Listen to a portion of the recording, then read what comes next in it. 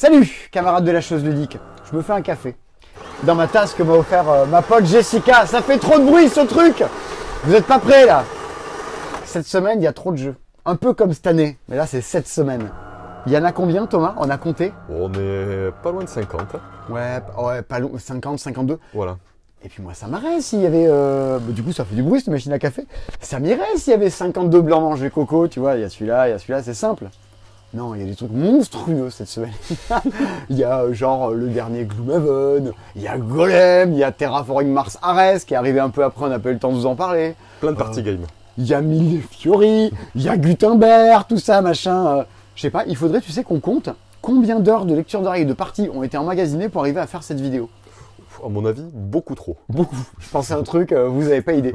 À Cannes, on a vu plein de gens qui nous ont dit vous faites comment là pour les connaître, tous ces jeux, tout ça.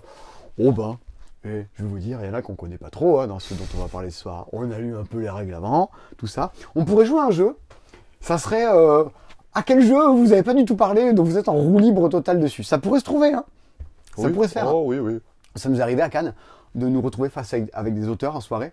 Et ils disaient t'as présenté mon jeu la semaine dernière, ouais. Alors la règle, c'est pas du tout ça. Ah putain. On avait l'air bien. De solitude. La bise à toi, Baptiste Laurent, et la bise à mon explication très très douteuse de Las Vegan. Putain, j'étais pas bon, c'était terrible. Enfin, écoutez, on peut pas toujours être bon, hein. Je n'ai pas de prétention là-dessus. C'est bon, j'ai mon café. On plonge dans la fosse au lion. C'est parti. Allez, j'ai rembobiné le fil. Alors normalement, vous avez remarqué que Rachel n'a pas mué. C'est que Rachel n'est pas là cette semaine. Après Cannes, on a tous droit à un peu de repos, plus ou moins forcé. Et du coup, je suis avec Thomas. Ouais. Et t'as vu plein de trucs à Cannes aussi avec nous. Ah ouais. Vous avez déjà vu nos petites vidéos, le cul sur un ponton. Tiens, regardez, il y a les As d'or qui sont déjà exposés. Happy City, Bubble Story, vous y avez joué tout à l'heure et ça vous a toujours pas autant pas plu. J'ai pas... Voilà. Pourtant, je l'ai conseillé à une dame, tu vois, comme quoi je suis pas auto-centré, mais non, ça m'a pas transporté plus que ça. C'est pas évident, hein, quand t'aimes pas un truc, d'arriver à transposer par empathie sur les autres. Ouais. Moi, c'est mon pote Vianney, généralement, il dit oh, j'ai joué. J'ai cru que j'allais crever d'ennui. Ça va grave se vendre. Mais quoi? Moi, j'ai pas nécessairement toujours ce détachement-là. Je me considère comme quelqu'un de très banal et je me suis dit, si j'aime bien, c'est que les gens doivent bien aimer, tu vois. Je me considère très moyen, quoi. Mais c'est un prisme. Mais c'est pas prétentieux de pas avoir d'empathie. Enfin, vous avez compris. Alors, on y va. C'est parti. C'est parti. Alors, 50 et quelques, je propose qu'on fasse un truc. On va d'abord faire le truc ennuyeux, pénible, oui, ça klaxonne dehors. Le truc du retour en stock, c'est genre, il y en a de nouveau, et avant, il n'y en avait plus. Alors, on se le fait rapidos. Alors, le retour en stock de la semaine, c'est HeroQuest. Hein, vous aimez la fumisterie, ben moi aussi. Et eux aussi, voici HeroQuest, le système de jeu. Le système de jeu. Tu sens qu'il y a du rôliste derrière. Alors, on est sur du souvenir à gogo, voilà, hein. Que parmi tous nos souvenirs, ceux de l'enfance sont les pires. Donc, alors, on a quoi? C'est tellement vrai. Et oui, c'est ça qu'a dit la dame. Donc, j'ai eu tort, je suis revenu dans cette ville où loin perdu où j'avais passé mon enfance. HeroQuest, le système de jeu, la quête continue, non c'est Barbara. Et donc, vous êtes toujours sur du bon vieux ouverture de boîte de donjon, 60 figurines détaillées. Et des superbes illustrations. Et de superbes illustrations, hein, c'est écrit dessus. Bon, c'est Hasbro, c'est Avalon, c'est hors de prix. Mais ça, tout Internet le dit. Pour le matériel, ça ne le vaut pas. Vous paierez un peu de souvenirs et de plongée en enfance. Et ça, ça n'a pas de prix. 150 €, s'il vous plaît, madame. Merci. Voilà, c'est de nouveau de retour. En mode, j'explore des donjons. Tu vois, on explore des donjons 1972, on explore des donjons 2021. Bon, cette fois-ci, c'est dans du jeu à cocher. Le jeu à cocher, je pensais que le game était plié. Tu vois, il y avait Welcome to the Moon, il n'y aurait plus jamais rien d'autre. Quoi. On en a vu combien de jeux à cocher à Cannes? Eh ben, on en a vu un qui se plie. On a vu le jeu à cocher qui se plie.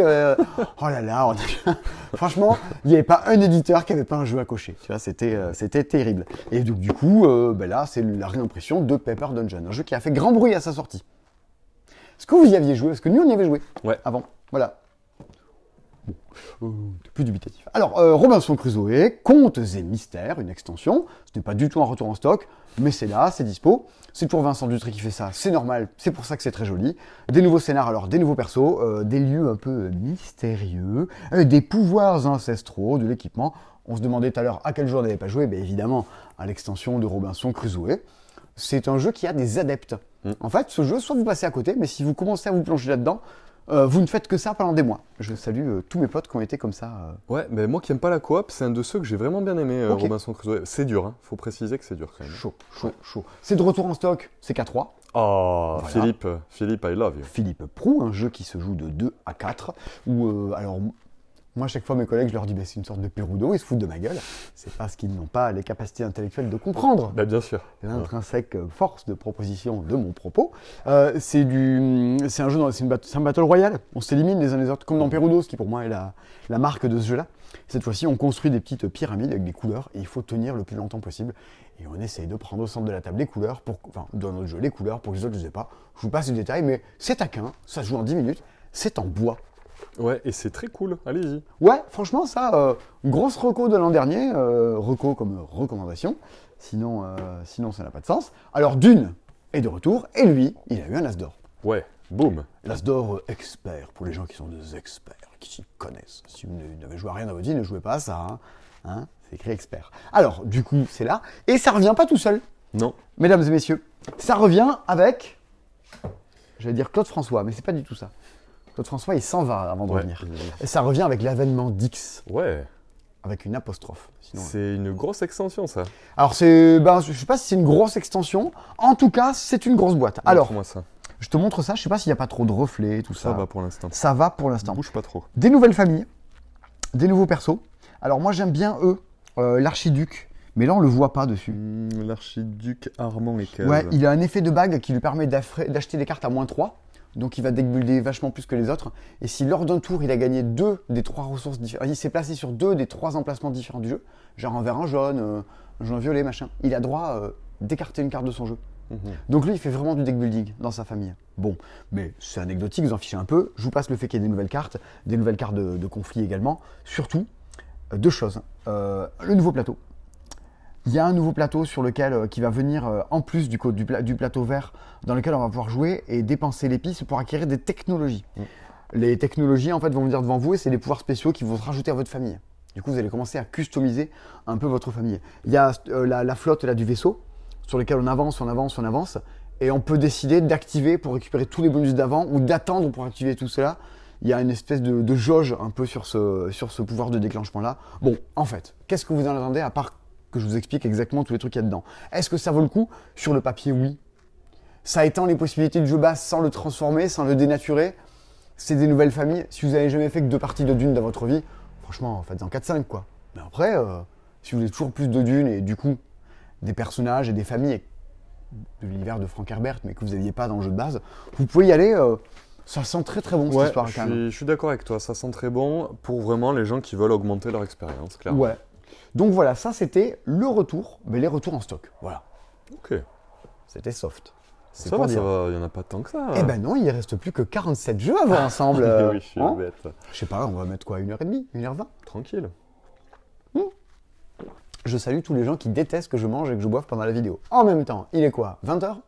Ouais, bien tassé. La dernière fois que j'ai mangé, c'était 12h15. Donc figurez-vous que j'ai la dalle et j'ai soif. Mais je vais bouffer des bonbons à des moments. Alors, on va commencer par les jeux pour enfants. Ouais, allez. Alors, retour en stock, Moonlight Heroes, on vous en a parlé au moment de Noël. Marie et Wilfried Faure chez ABBA, avec un petit système de rivière dans lequel on va poser des gemmes.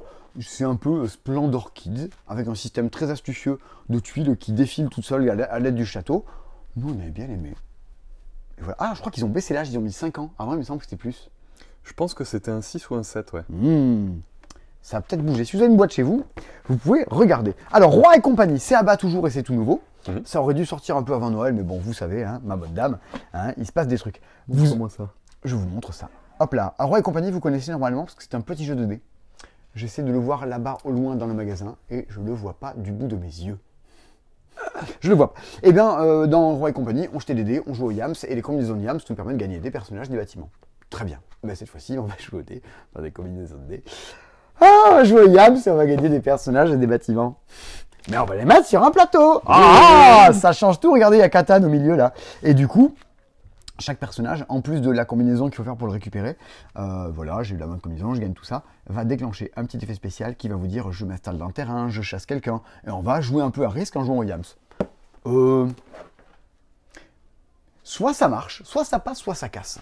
Il va falloir qu'on y joue, on l'a reçu là incessamment sous peu, on a essayé de jouer à plein de trucs. Bon, je vous passe les détails de notre vie. Soit en fait ça n'apporte rien, on se dit ah zut. Soit en fait ça apporte grave quelque chose. Et si ça apporte quelque chose, bah banco. Parce que cette mécanique de Roi et compagnie, elle marche trop bien, parce C'est qu'on a vraiment envie de bien, se ouais. foutre la tronche sur un plateau.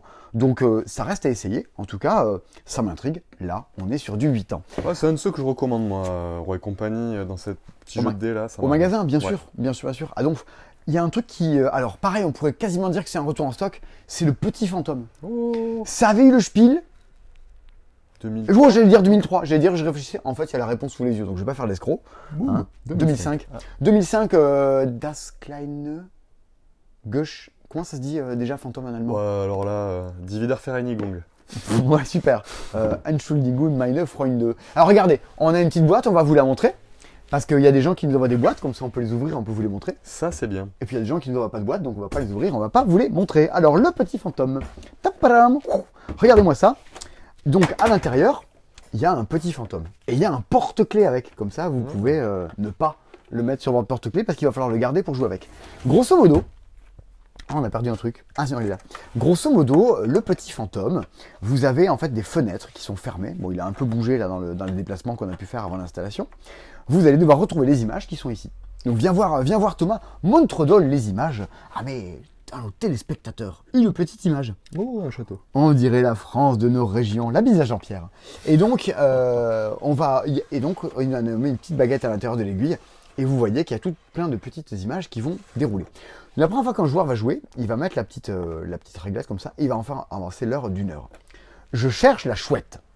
Alors, le fantôme va venir ouvrir une porte du château afin de rechercher la chouette. Du coup, je vais venir, avec mon petit aimant, ouvrir une porte. Clic. Est-ce que c'est la chouette? Que nenni, messire. It is not the chouette. Grosso modo, je la remets, les joueurs d'après vont chercher. Ce qui va se passer, c'est qu'à un moment, allez, vas-y, ah, deuxième coup. J'ai même pas répété. Allez, vas-y, dis-le. This is not un effet Bonaldi, pas du tout. Je suis brillant naturellement, on appelle ça avoir la peau grasse. On va continuer, je vais pouvoir en fait continuer. Et maintenant, je cherche le hibou avec le fantôme. Grosso modo, je peux continuer comme ça, à tenter. Si j'arrive à en trouver 6 d'affilée, je l'ai gagné. Baboum. Et ça, c'est cool. Par contre, en cas d'erreur, il y a un truc un peu rigolo. C'est ça qui fait le jeu, en fait, je trouve. Moi. Tu sais, maintenant, c'est la nouvelle phrase. Ça fait tout le sel du jeu. J'aime pas. On l'a entendu à Cannes, ça. Ah, il y a des phrases toutes faites. Ah là là. Genre, le pire, c'est il a une belle rejouabilité. Rejouabilité. Alors ça m'énerve quand les gens disent ça, ça ne veut rien dire. Mais bon. Et surtout, ça sert à rien. Catan, il n'y a pas une belle rejouabilité. Il n'y a rien d'artificiel pour aller avec. Pourtant, ça marche. Quand on arrive à ouvrir une petite trappe, la machin, et qu'on s'est planté, alors, on va prendre autant de billes qu'on a fait de coups réussis au préalable. Les billes, imaginez qu'on les ait stockées sur notre petit porte-billes, juste ici, au début. Admettons, j'ai ouvert 2 fenêtres, c'était bon, j'ai tenté d'avoir une 3e. Boum. Bah bon. Donc j'avais 2 de bonnes avant de me planter. Je vais regarder. Dans le couvercle, il y a un plateau avec des trous qui est imprimé. Qui a un petit côté, on parlait d'illustration façon école des loisirs. Ouais. C'est les 3 brigands, tout ça. Exactement, ouais. On est là-dedans. Alors du coup, je vais jeter les billes à l'intérieur et Thomas va compter de 10 jusqu'à 0. 10, 9, 8, 7, Venez voir, venez voir. 5, 4, Allez, t'es moche, tu vas vite. 3, 2. Oh, allez, c'est bon. Ah, j'étais trop sympa avec toi. J'ai réussi à les mettre dans le temps imparti à l'intérieur. Ouais. Du coup, j'ai le droit de m'en débarrasser et de les mettre là-dedans.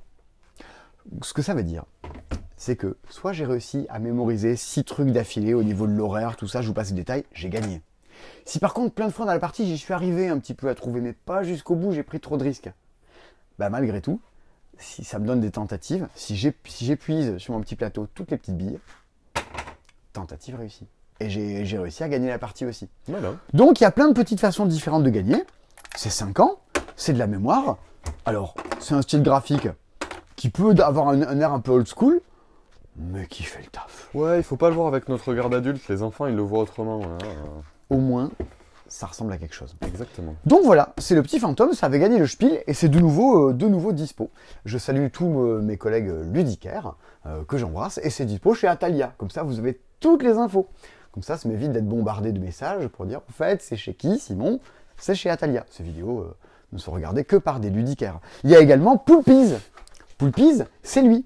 Alors Poulpies, on est sur un petit jeu de rapidité fait par Jean-François Rochas, que je ne connais pas. donc je dis son nom. Je vais, hop, tac, à l'intérieur. Alors on est, Voilà. je vous montre. Ben venez, on va se mettre là, Ouais, allez. dans notre espèce d'entrepôt déporté à l'intérieur du magasin. Quelle belle idée cet espace. Il va falloir gagner des petites pierres précieuses. Grosso modo, on va chacun avoir un petit poulpe devant nous.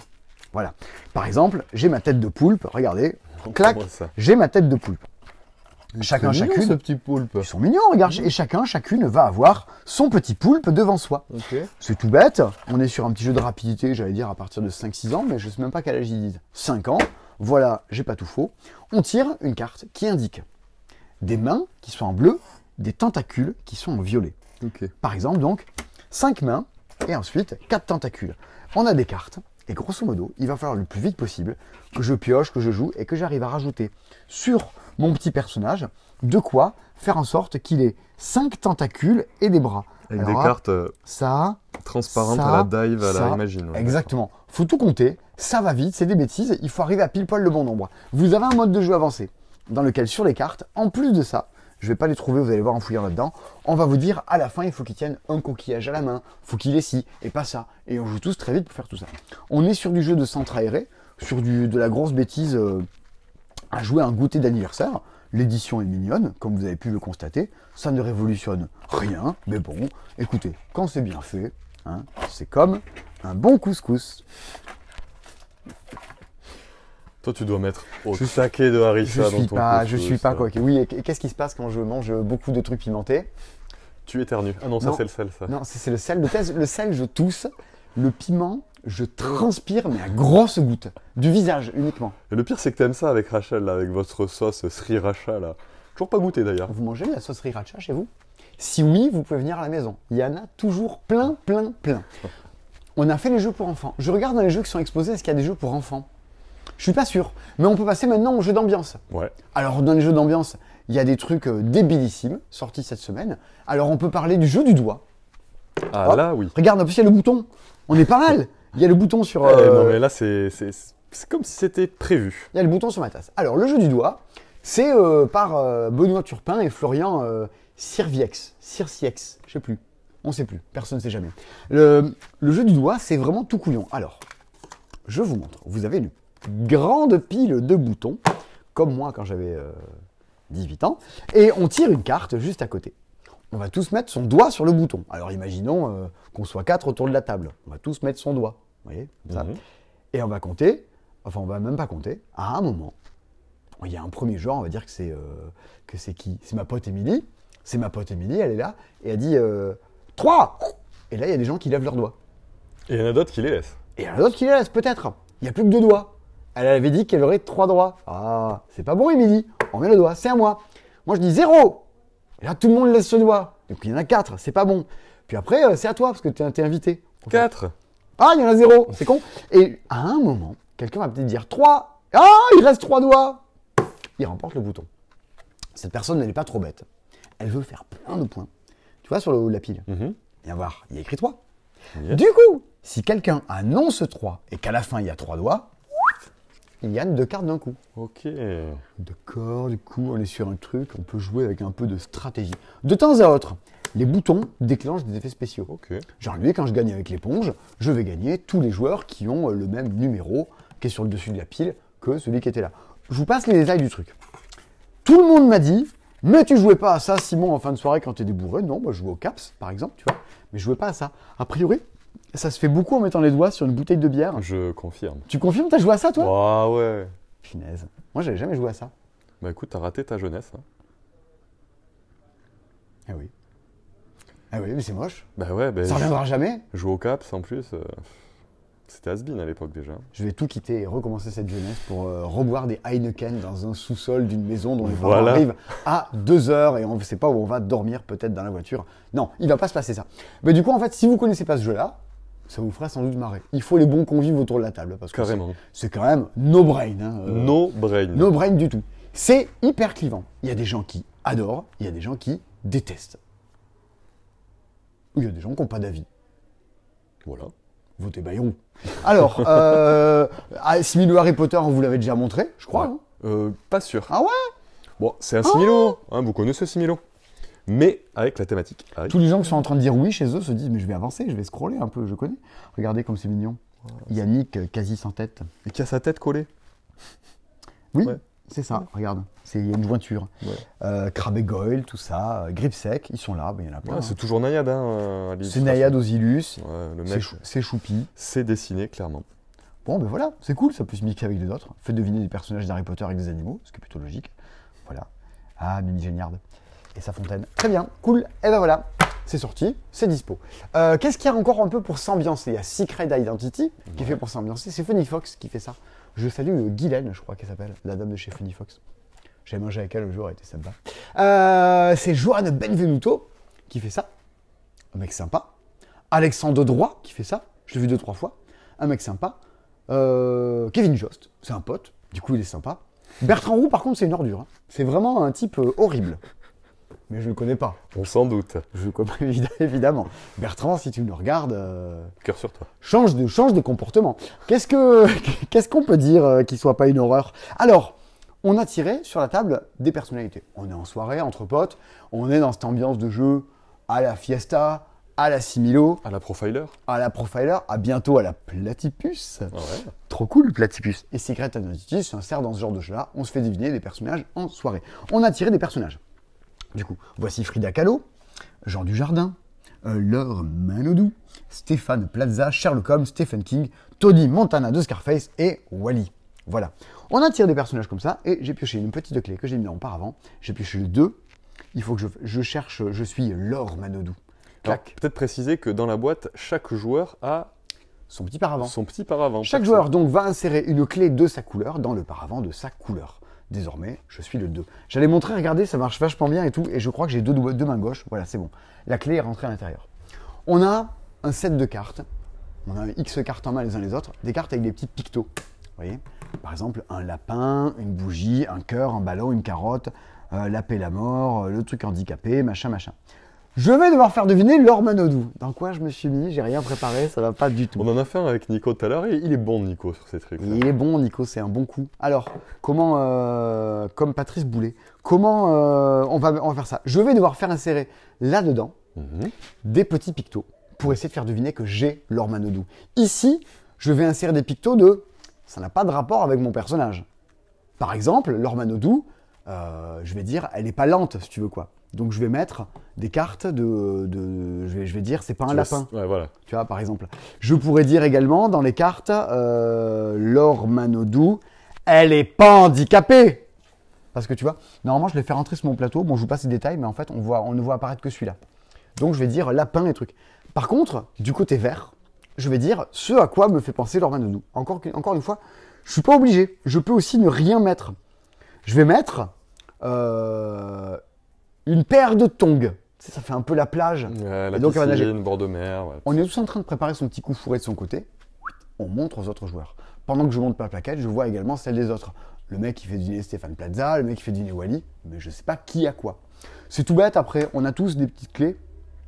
Devant nous, un petit set de clés avec des numéros. Avec les numéros qui nous restent, ceux que on n'a pas pioché, le 5, le 4, le 3. On va chacun poser devant les autres joueurs le numéro qui on pense leur correspond. Et après on révèle tout ça, machin. Ah ouais, pourquoi t'as mis ça? Mais t'es qu'un con, fallait que tu mettes ça. La bonne ambiance, la bonne soirée. Sachant qu'il y a également un mode de jeu coopératif dans lequel le but est de faire 10 tours et de faire le plus de réussite totale au fur et à mesure des tours de la partie. C'est tout couillon, ça réinvente pas la roue, c'est bien fait, le matériel est mignon. Puis des fois, bah ouais, c'est bien fait. Ça suffit. marche, carrément. Et puis on rappelle que c'est fait par 3 types bien et Bertrand Roux. Voilà. J'adore me faire des amis dans ces vidéos. Donc là, on est clairement sur du board game. Je pousse marrer en soirée. Qu'est-ce qu'il y a d'autre? Ah ouais, alors il y a des trucs chelous. Et c'est pas des puzzles pour une fois. Venez voir, il y a des... Alors, on est en pleine période électorale. Là, on est en train de parler, mais Manu également est en train de parler pour dire coucou, je suis candidat. Je crois qu'il déclare ça dans les journaux, un truc comme ça, il me semble, ce soir, tu vois, comme ça. Et ben, on est en pleine période électorale. Du coup, on en a plein les urnes. Voilà. Du coup, il y a un blanc manger coco, plein les urnes. J'ai même pas regardé les cartes derrière. Oh, ça Tu les as lues ou pas? Bah, Alors, je vais en lire une. Sur le recto, vous trouverez notre programme économique et social. Et au verso, des poils de cul. Ah, ben voilà. Je là là. retrouve cette petite patte qui me fait tant Punaise. rire. Qu'est-ce que j'ai ri en jouant à ça jamais. Alors, ensuite, si, franchement, t'es ivre-mort. À Nouvel An, on avait fait ça. On avait aussi fait la chenille. Tu joues d'abord au jeu du doigt, quoi. T'es obligé. Et voilà. Alors, là, accrochez-vous, on est sur de la proposition, vous ne l'avez pas vu ailleurs. Ah, mais ça, c'est Back to the Future, là. On vous a dégoté des petits bijoux.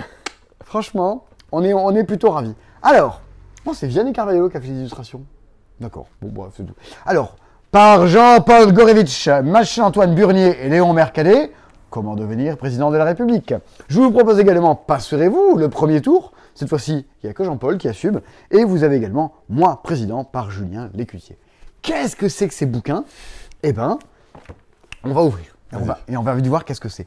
Les auteurs, donc Jean-Paul Gourevitch, il est consultant international sur l'Afrique, voilà machin, très bien. Il y a une citation de Louis Aragon. Attention citoyenne, comment perdre ou gagner? Oh, c'est un livre dont vous êtes le héros. Oh yeah. Sur la politique. Vous détestez le baratin, prenez là, sinon allez là, et on commence à avancer à l'intérieur. Alors, évidemment, vous allez croiser plein de personnages plus ou moins connus, des Welbeck, vous allez aller faire des séances de dédicaces, discuter avec des spin doctors, tout ça, machin. C'est une immense bêtise. Alors, ça, regardez, initialement paru en 1992, en vue de la campagne présidentielle de 1995. C'est donc, là aussi, un retour en stock, c'est une réédition. Là, pour le coup, c'est la même version, mais pour la campagne de 2022, moi président. Donc du coup, je sais pas est-ce qu'on peut choisir son personnage au début? Et il me semble dans la première version, tu peux choisir Arlette Laguillet, tu peux choisir Robert Rue, Lionel Jospin. Oh, il y a Lionel Jospin. Il y a Lionel, ouais. Putain, il y a Arlette, quoi. Ouais. Ah là là. Regardez, dans celui-là, ils y sont. Boum. Et regardez. Robert. Ouais, on le reconnaît de loin. Hein, Les camarades vous appellent Robert, mais aujourd'hui, il n'y a plus de camarades, car vous avez su faire prendre au PC le virage décisif. Grâce à vous, le train est sur les rails, il peut même vous mener à l'arrivée. Il y a Christiane. Mais ouais, il y a Christiane. Elle était déjà là. Il y a Arlette, Lionel, Noël, ce bon vieux Noël, Jean-Marie. Mais qu'est-ce qu'il c'est Jean-Marie? Jean-Marie. Ah, mais il ressemble pas à ça, Jean-Marie. Oui. Ah, François, il était déjà là. Vous vous appelez Jacques. Ah, voilà. Eh ben, du coup, délivrez-vous, vous êtes le héros sur la politique. Moi, j'y joue en bagnole. Franchement, on aurait dû prendre ça à Cannes pour le retour en voiture. Ce serait grave marré. Vous me les auriez lus pendant que je Allez, drivais. on retourne à Cannes et on se fait un peu de lecture. Voilà, c'était les 3 jeux sur la campagne électorale. Alors, dans les bêtises sorties cette semaine, en mode blanc manger coco, parce qu'on sent le format, tu vois, regarde. Tac. Ah ben regarde, nous on est malins, hein.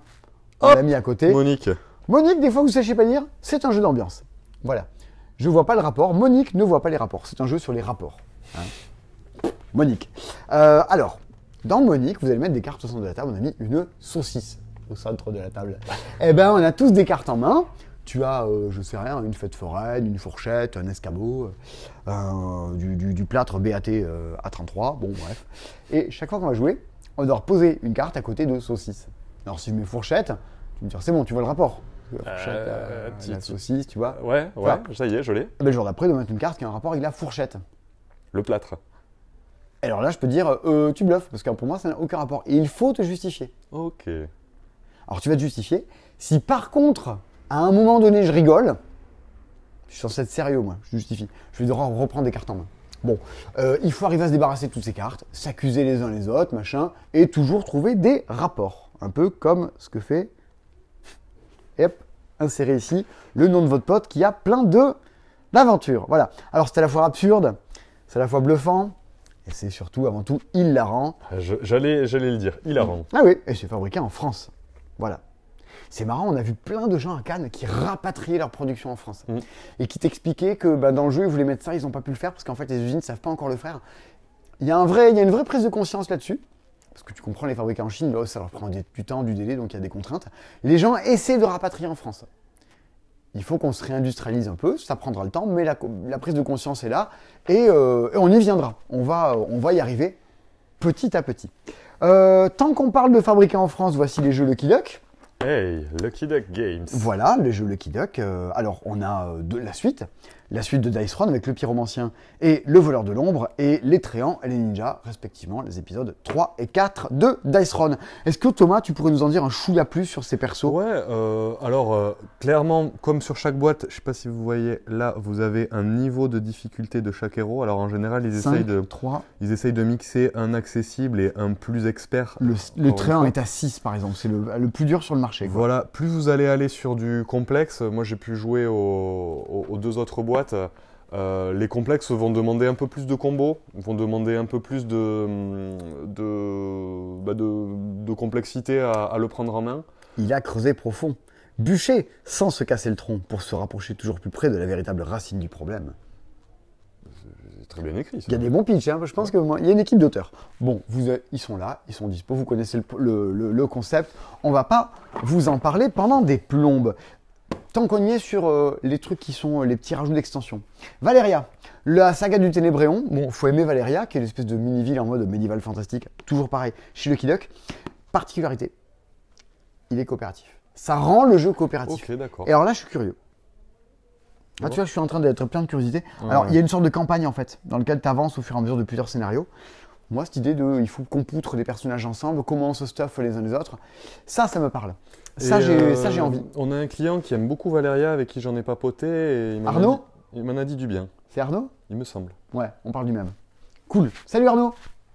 Bon, le petit chaperon rouge. Ça, j'attendais ça, tu vois. Versus Beowulf, ben oui, je sais. Avant, on discutait, me dire Thomas, comment on va faire là? Il y a trop de trucs trop bien, on commence par quoi? On commence par ton préf, par mon préf? Il dit, bah, le mieux, c'est un match. Ouais, non, mais en même temps, il était devant mon nez. Tu vas me faire passer pour qui, là? À toi, donc, du coup, dès que t'as un truc préféré, c'est devant ton nez. Ah, mais là, Qui est ton collègue préféré? Nico.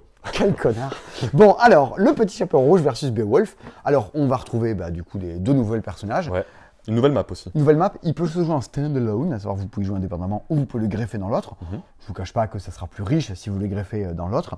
Alors, Beowulf, lui, grosso modo, il stuff un système de rage. Alors là, tu vois, les gens vont devoir tourner la tête. Pardon, je ne ça... suis pas Spielberg, vous le savez tous. Non, il n'y a que les personnes âgées qui font ça, normalement. Donc là, en fait, plus il s'est frappé, plus il prend de dégâts, plus ses cartes sont puissantes. De la rage. De la rage, très clairement. Le petit chaperon rouge, lui, il est énormément mobile, enfin elle en l'occurrence, beaucoup de cartes de mouvement, de hop, j'enchaîne des actions derrière, beaucoup de cartes aussi qui interagissent avec la défausse. En fonction de qu'est-ce que vous avez défaussé, vous allez pouvoir jouer avec. Le plateau a une particularité aussi, il y a un système de trappe dans lequel on peut passer, qui fait des passages secrets pour aller vers d'autres endroits. Donc je crois que le truc c'est rage et mobilité. On peut le résumer en comme une manifestation d'handicapés. C'est le même propos, voilà. Les joueurs... Allez. Sans transition. Sans transition. Hein, bienvenue sur 3615 roue libre Terra Mystica. Ouais. Alors, l'Automabox. L'Automabox, c'est pas mal parce que ça sort, c'est un mode solo qui sort alors que le jeu est plus dispo depuis 2 ans. Donc là, on est sur une solitude, tu vois.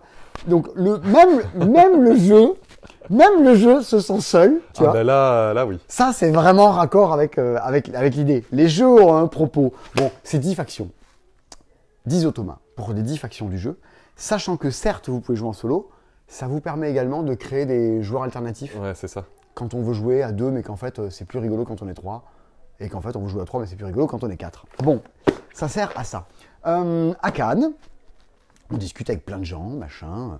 Et t'as vu quoi? T'as fait quoi? Et alors, il y a 2 choses. Il y a ce que les joueurs ont vu. Ils vous disent, ah, t'as joué à Mille et Fiori, c'est trop cool, le gros boss du salon, Mille et Fiori. Et il y a les auteurs. Et les auteurs, eux, voulaient absolument que quelqu'un ait joué à ça à la fin des artichauts. Ça titillait les auteurs. Et j'en connais 3 qui m'en ont parlé pour me dire hey, « Tiens, joué, qu'est-ce que t'en penses ?» Non, c'est Rachel qui l'a et elle est confinée chez elle avec. Bon, du coup, à l'instant T, j'y ai pas joué, je vais pas vous le montrer parce que Rachel est en train de sans doute de jouer avec. Qu'est-ce que c'est que ça? Ça donne envie en tout cas. Hein. Moi, je suis titillé aussi. Quand tu vois ça, t'as envie? Leur gamme de Gigamic, elle est plutôt cool. Hein. C'est la gamme 6 qui prend, c'est la gamme sa hauteur. Venez voir, nous on l'a rangé juste à côté de Salade de points, par exemple, pour situer. Parce que Salade de points, t'avais un côté qui joue un peu plus joueur, le côté un peu, j'allais dire splendeur de poche, tu vois, un peu, tu collectes tes trucs, tu fais des collectes, tu fais des points. Ça, c'est le deck building le plus léger de tout le magasin. C'est une épure de deck building. Du coup, il y a un exercice de style. Et moi, je comprends que ça interroge un peu les auteurs. Tu vois? Alors, qu'est-ce qu'il faut faire dans la fin des artichauts? Vous avez un deck d'artichauts au début du jeu. Entendons par là que vous avez un paquet de cartes dans lequel vous avez 10 artichauts.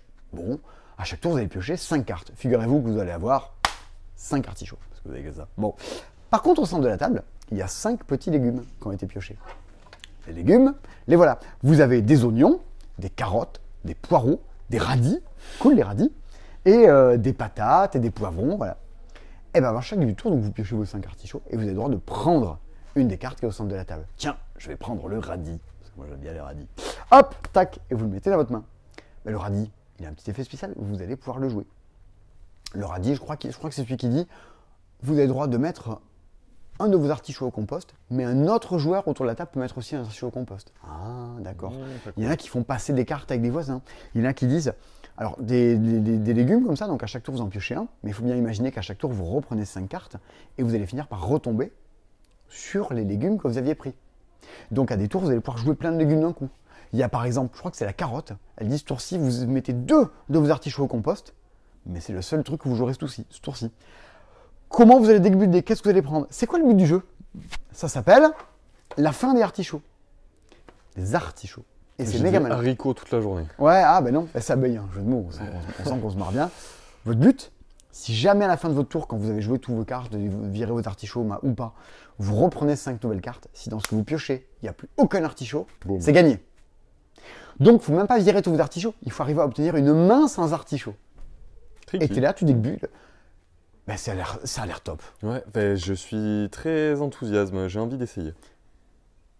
Soit c'est creux, soit c'est fabuleux. Ouais, c'est qui tout double. Alors, c'est Gamewright qui fait ça. Gamewright, pour situer, c'est l'éditeur de Sushigo. Ah, bah fallait me le dire avant. Et de l'île interdite. Okay. Et de Sushigo Party qui va sortir bientôt, de plein de trucs. Donc c'est des gens qui savent faire des choses très minimalistes, très bien pensées. Là, alors et vous verrez, en fin d'année, il y a Super Loto 2000 qui va sortir, qui a un autre nom, mais moi je préfère l'appeler Super Loto 2000. Ça sortira chez Cocktail Games. Et c'est des gens qui savent faire des jeux et qui savent ne pas avoir la surcouche de trop, la bonne idée et la reconcentrer jusqu'à la moelle. Ça voilà. La fin des artichauts, moi j'ai bien envie. J'ai bien envie de manger des radis aussi à ce moment-là, mais on peut pas. Parce qu'il n'y en a pas. Donc voilà, dans le genre, oui, c'est minimaliste et c'est joli.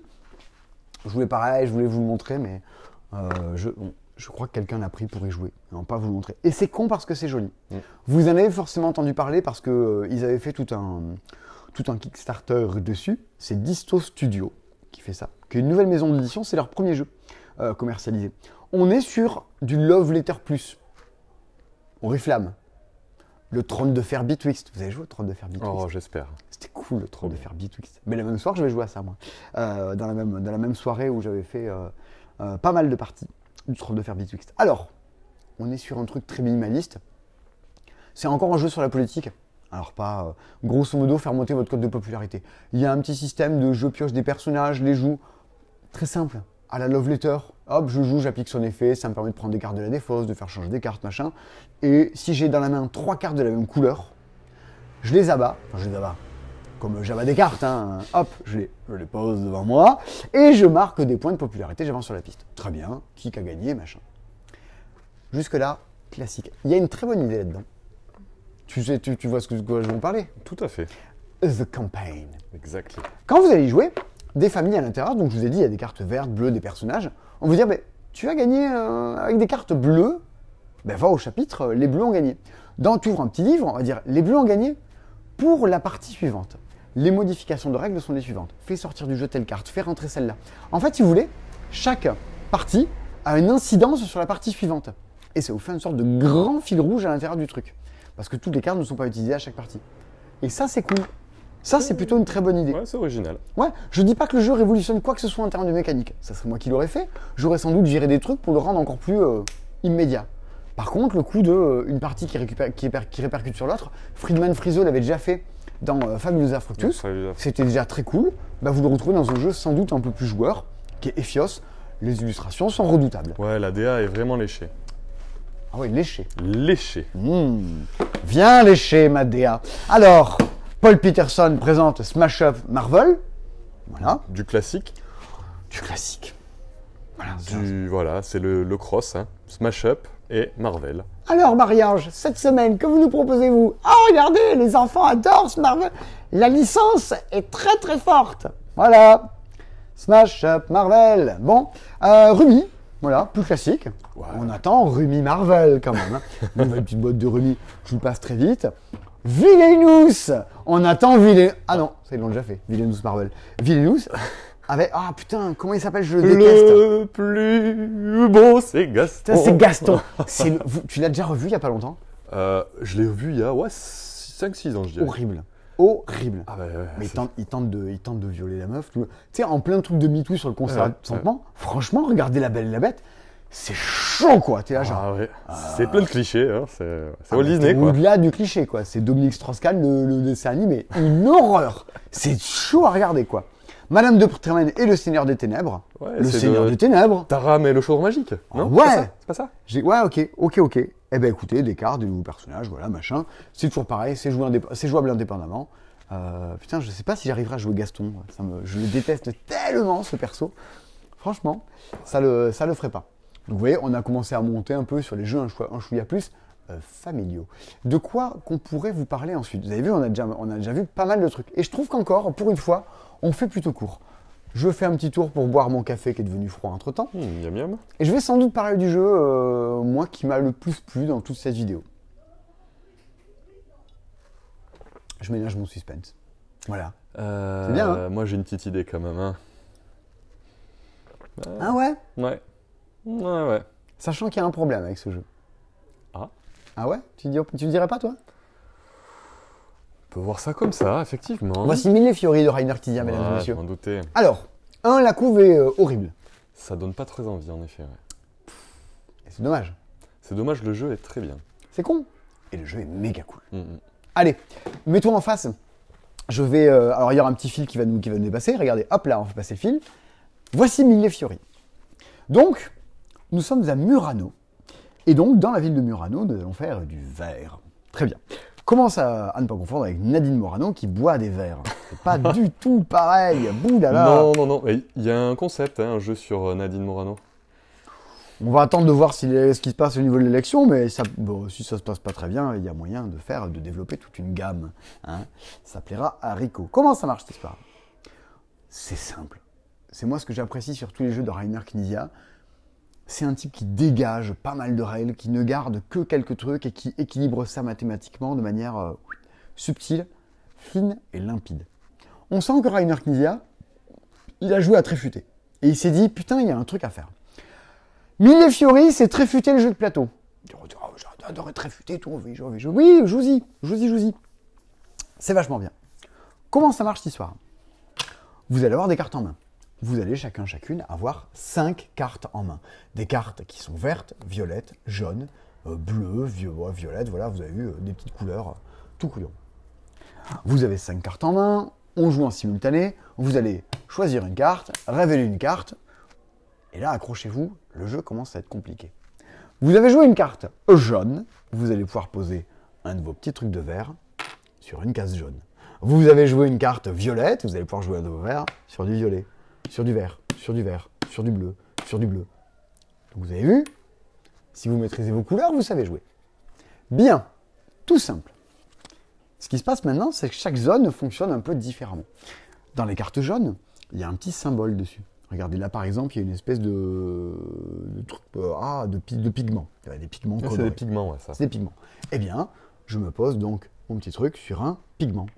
Pif, voilà. Dans la zone ici, mon but est de faire des groupes de même couleur. Plus le groupe est grand, plus je marque de points. Et chaque fois que je rajoute un élément au groupe, je remarque les points de tout le groupe. D'autant plus que les pigments, si vous regardez bien, ils sont multicolorés. Chaque fois que je vais jouer, et admettons j'ai un pion là, que je vais me poser sur un pigment coloré, je marque les points du groupe, x2. Malin. Du coup, on va essayer, le joueur violet, lui, va essayer de venir se poser absolument ici avant que je mette tout ensemble. C'est malin, c'est tout bête. Le violet. Dans le violet, quand je joue une carte violette, j'écrase un 5, je marque 5 points. J'écrase un 1. Et tu marques un point. Pas du tout. Chaque fois que tu écrases un truc, tu marques les points qu'il y a dessus. Tu marques 2. Si tu écrases le 4, tu marques 4 plus 2, parce que tu étais déjà là avant. Si tu mets un 3, tu marques 3 plus 4 plus 2. Hey! Si le rouge vient ici, il marque 5 plus rien. C'est pas lui qui était là avant. Oui. Et si le violet revient, il marque 1 et c'est tout. Parce que le rouge lui avait coupé la route. Ah! J'ai perdu trop de points sur ma game à cause de ça. Ah, parce que les autres joueurs se mettent entre temps et essaient de te couper la route. Donc en plus, on a dit que c'était un jeu de draft. Vous jouez, vous passez au voisin. Faites très gaffe à ce que vous leur passez. Ah oui. Si derrière vous, vous avez une carte violette dans la main, vous n'allez pas laisser passer la carte violette au joueur d'à côté. Sinon, il la met là, il fait 5, plus 3, plus 4, plus 2. Vous n'avez pas envie. C'est vous allez la garder et c'est vous qui allez la jouer. C'est con parce que vous aviez la carte qui allait bien dans la zone jaune. C'est bourré de dilemmes, c'est l'enfer. Voilà, c'est Je ça. vous la paie vite. Les vertes, il faut faire des pyramides de la base jusqu'au sommet. Et si en plus c'est vous qui avez mis 2 fois la même couleur en bas, c'est mieux. Ici, idem ici. Dans la zone de commerce, il va falloir faire en sorte que des marchandises vous posez dans des colonnes. Quand vous posez à l'intérieur d'une colonne, vous faites marquer des points à tous ceux qui étaient à la même colonne que vous. Il faudra mettre des bateaux en face. Quand vous remplissez 2 bateaux, vous ferez 3 fois. Et les joueurs qui sont en face marquent des points. T'expédies ton verre en fait. Hein, T'expédies ton verre, vous avancez avec votre bateau. Quand vous avancez sur des cases, votre bateau arrive ici, il marque un point, il arrive ici, il marque 10 points. Dernière chose, et c'est pour ça que je vous dis que c'est très futé. La particularité de très futé, c'est un jeu dans lequel il y a des cascades de points. Vous vous êtes mis à un endroit, vous rejouez, vous êtes mis à un endroit, vous recochez, vous êtes mis à un endroit, vous recochez. C'est également le cas dans Mille et Fury. Venez voir. Ici, vous avez des étoiles. À partir du moment où, dans la zone jaune, j'encercle, du moins je quadrille une étoile, boum, je rejoue un nouveau tour. Ici, à partir du moment où j'ai 3 fois utilisé des numéros différents, ou 5 fois je me suis posé sur des numéros différents, bim, je rejoue. Ici, chaque fois que je me pose tout en haut d'une pyramide, je rejoue. Ici, chaque fois que je me mets dans une colonne et que je donne plus de points à mes adversaires qu'à moi-même, parce que ça combotte, je rejoue. Chaque fois que j'avance sur mon bateau et qu'il s'arrête sur ces cases-là, avec des étoiles, je rejoue également. Je rejoue avec quoi? Avec les cartes que j'ai en main? Non, c'est un draft. On a donc 5 cartes en main. À chaque tour, je vous dis, on en joue une, on passe au voisin. On en joue une, on passe au voisin. On en joue une, on passe au voisin. On en joue une, on passe au voisin. Il reste une carte, elle est défaussée. Quand je rejoue, je joue les cartes qui ont été défaussées par les autres joueurs. Du coup, on se dit, ah, c'est pas perdu, ça va revenir en jeu, il y a moyen d'en faire quelque chose. Partant de là, on marque des points partout, à gauche, à droite, on avance, on va compter. Si vous êtes allergique au calcul, c'est pas pour vous, c'est canon, c'est bien. Poulala, c'est chouette. C'est vrai que le seul reproche que je peux lui faire, c'est ce comptage. Et en effet, si vous aimez pas les il vaut mieux faire 2 x 3 plus 1 moins 2 ou 3 x 2 moins 6 plus 1. Vous voyez, on est dans ce style-là. Tu ne poses pas vraiment autant à ce point-là la question dans le jeu. C'est pas Calico. Tu le joues, tu le joues quand même beaucoup plus à l'instinct, mais des fois, tu es en train de marquer 20, parce que dans chaque zone, il y a des sortes d'exploits qui donnent des gros points d'un coup. Ouais, je ne veux même pas tout dire. On n'est pas à ludo-chrono. Mais il y a plein de petits trucs malins à droite, à gauche, et ton cerveau le fait beaucoup plus intuitivement que ce que ça. Par contre, à 2, il n'est pas très équilibré à 2. À savoir que cette zone bleue qui est ici, qui est vraiment une zone très forte d'interaction avec les autres joueurs, ici et il faut que j'y aille, ça me fera des points, ça va interagir. La zone bleue, il ne faut pas la jouer.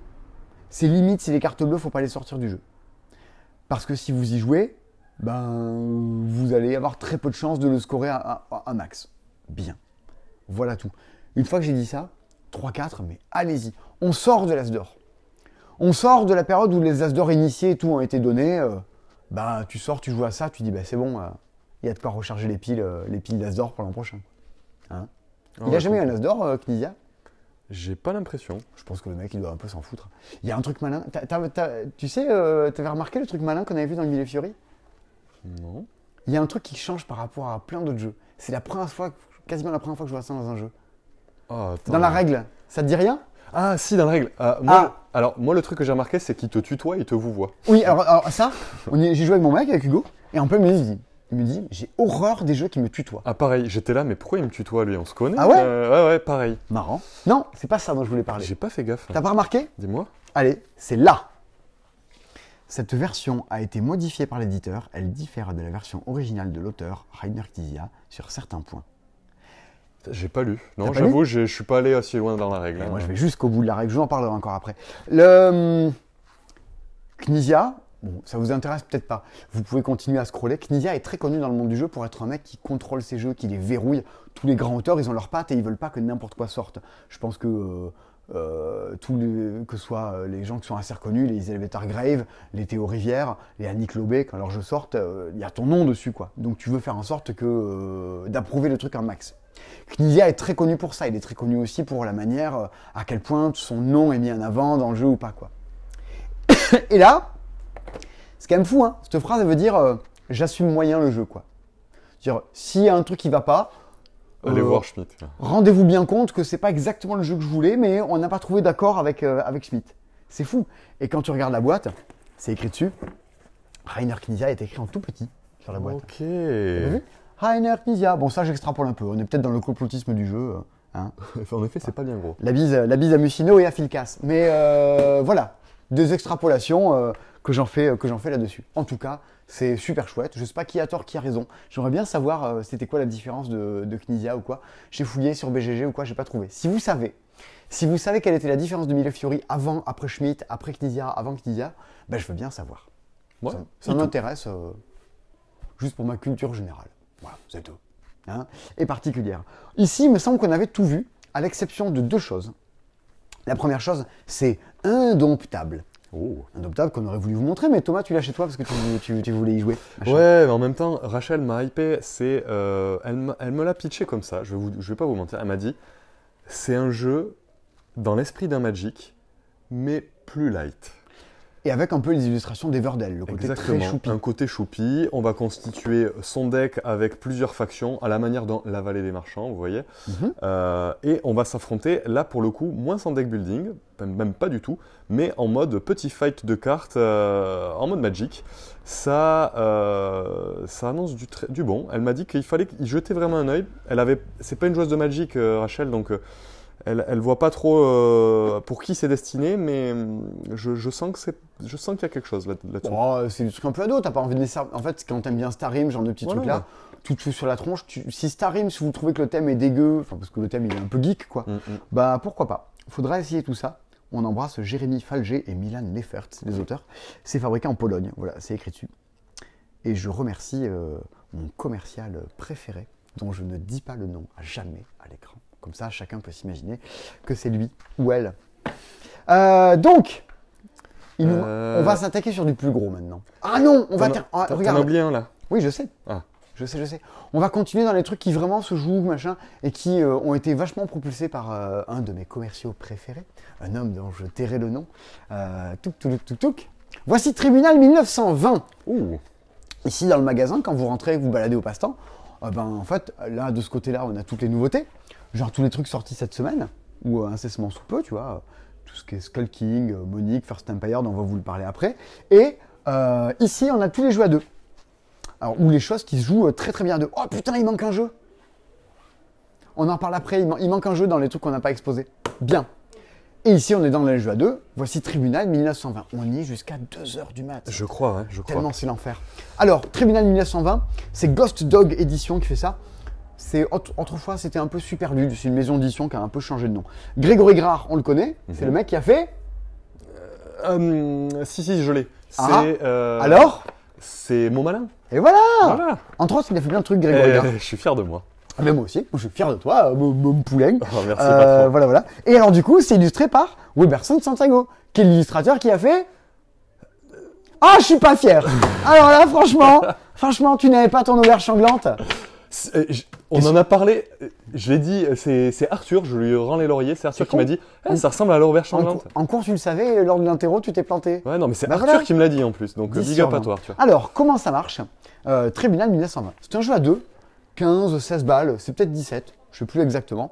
Chaque fois que vous allez. C'est un petit. Alors, on en discutait avec Baptiste l'autre jour, on dit, mais en fait, c'est un morpion. Il me dit, mais Simon, dis pas que c'est un morpion, c'est le jeu le moins bien noté sur BGG.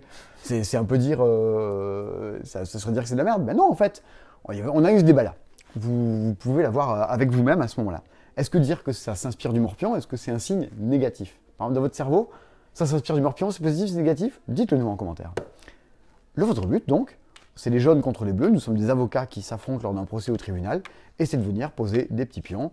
Tout ça, comme ça. Vous avez vu la vidéo de Fabien Olicard sur comment ne jamais perdre au morpion. Il faudra aligner tout ça.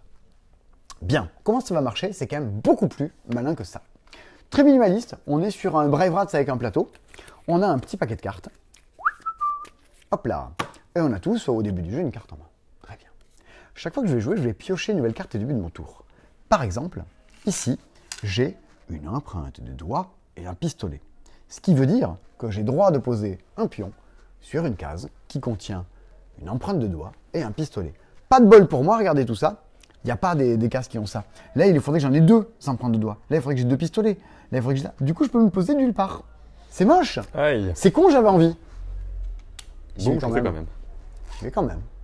Si t'es pas content, t'as qu'à dénoncer. T'es T'as un qu'à fou, dire, quoi. t'as qu'à dire objection. T'es un fou. Par contre, fais gaffe à tes fesses. Parce que si jamais j'ai les bons trucs, je vais non seulement accélérer la partie, donc j'ai posé un pion et je déclenche la partie plus tôt, je te prends davantage, et en plus je vais changer ma main. Ce qui va me permettre de changer mes cartes et tu auras encore moins d'infos sur qu'est-ce que je suis en train de faire, qu'est-ce que je peux pas faire. L'idée c'est qu'au fur et à mesure, comme ça, on va venir se poser. On peut s'accuser à tort les uns les autres, en fait je les avais pas. Tout un petit système de bluff et de dénonciation. Il y a un truc, si tu arrives à faire un alignement de 3, tu as gagné. Tu gagnes la manche, et regardez, on met un petit marqueur en haut pour dire c'est moi qui ai gagné la manche.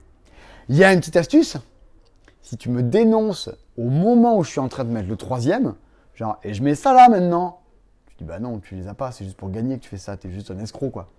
Et qu'en fait je les avais, je te dis bah si, dans ton Luc, je les avais, je gagne 2 manches d'un coup.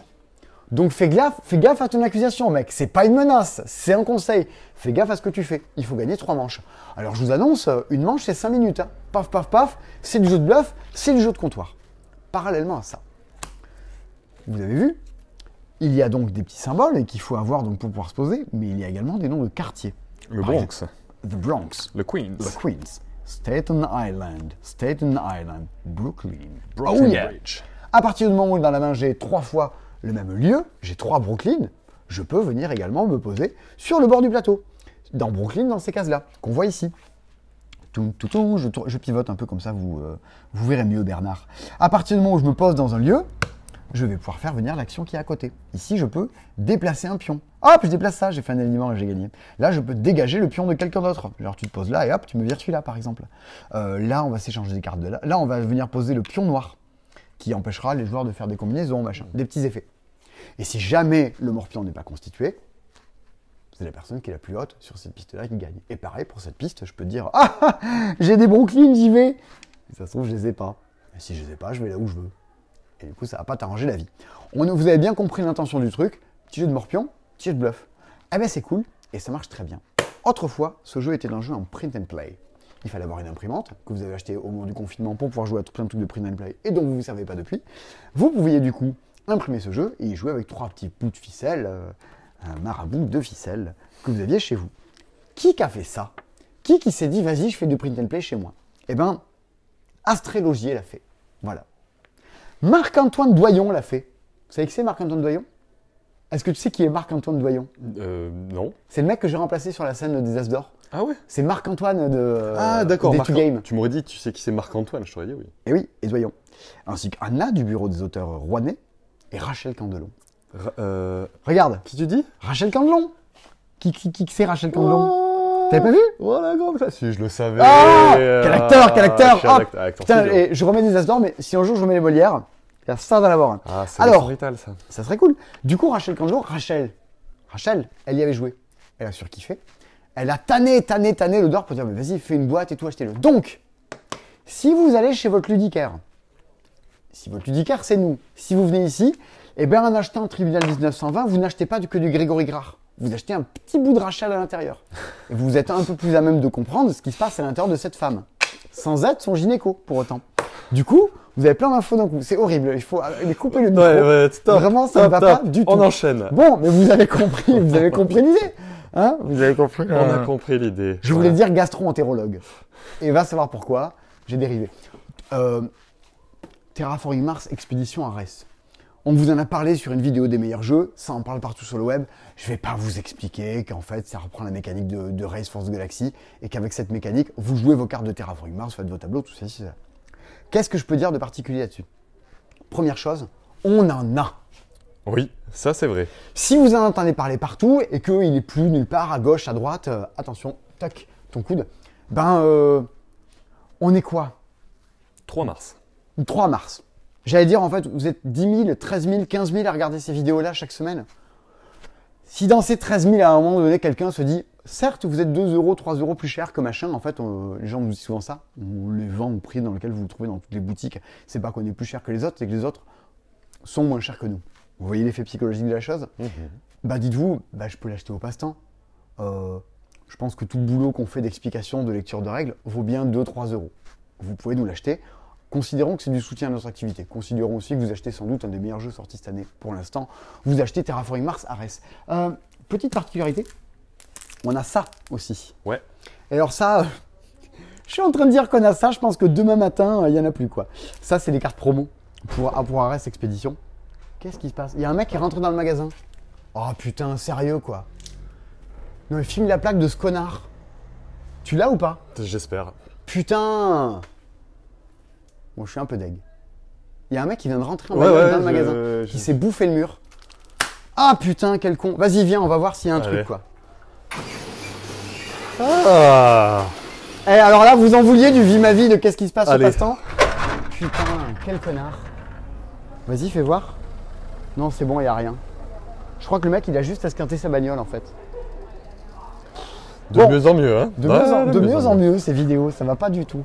Bon, eh ben, j'espère qu'il l'a bien esquinté sa caisse. Voilà. Hop. Nous avons des cartes de promo de Terraforming Mars. Ah putain. Et c'est ça d'être un commerce, tu vois, t'es dans la ville, t'es dans le truc. Ah bah ouais, carte promo pour Ares, carte promo pour Terraforming Mars. Des nouvelles corpos, des nouvelles cartes. On en a... pas des masses. Pas des caisses. Voilà. Vous avez l'info. Vous en ferez ce que vous voulez, ce que vous pouvez.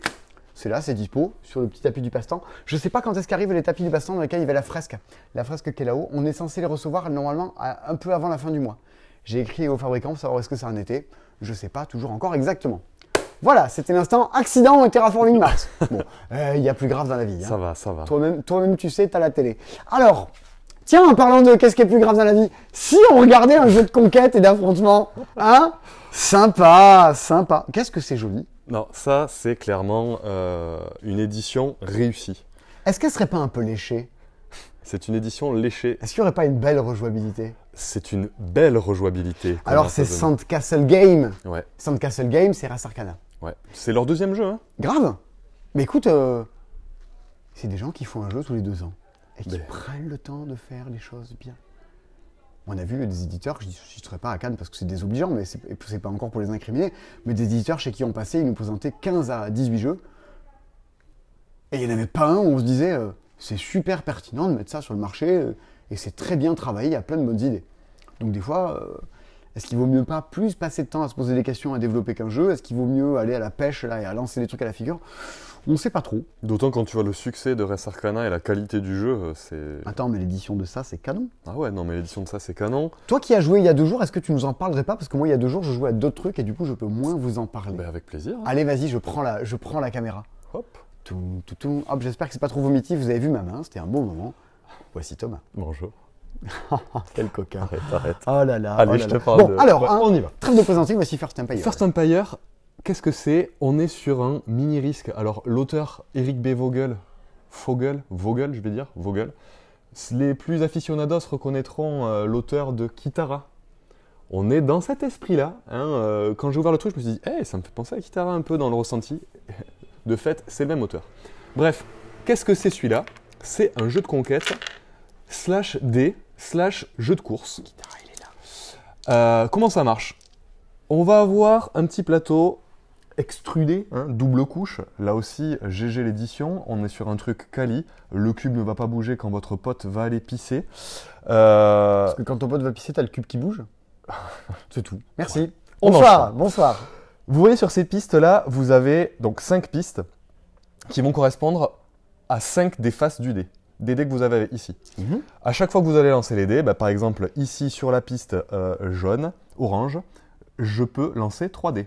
Plus je vais avancer, plus je vais pouvoir lancer de dés. On le voit par l'iconographie qui est OK au-dessus, c'est la piste du nombre de dés que tu peux lancer. J'imagine que le bleu, c'est le nombre de dés que tu vas pouvoir relancer. Tout à fait. Le violet, c'est le déplacement que tu pourras faire sur le plateau. Exactement. Le vert, c'est le nombre de cartes que tu pourras piocher. Tu pioches. Alors, à ce jeu, attention, on ne pioche pas. Quand tu vas monter le cube d'un level, tu pioches une carte. OK. C'est simple. Et après, je suppose que le jaune, l'iconographie me dit que c'est le nombre de troupes que je peux nourrir. Et ben voilà. Parce qu'il y a du blé à côté. Voilà. Non, alors c'est le nombre de troupes que tu vas déployer sur le plateau, mais t'étais pas loin. OK. Une preuve que ce jeu est bien édité. On a une iconographie claire qui est en lien avec les faces des dés. Donc c'est à moi de jouer. J'ai 3 dés, j'en lance 3. Et en fonction de ces faces-là, dans un premier temps, je vais pouvoir me déplacer. Imaginons que je sois le joueur bleu, j'ai 4 mouvements.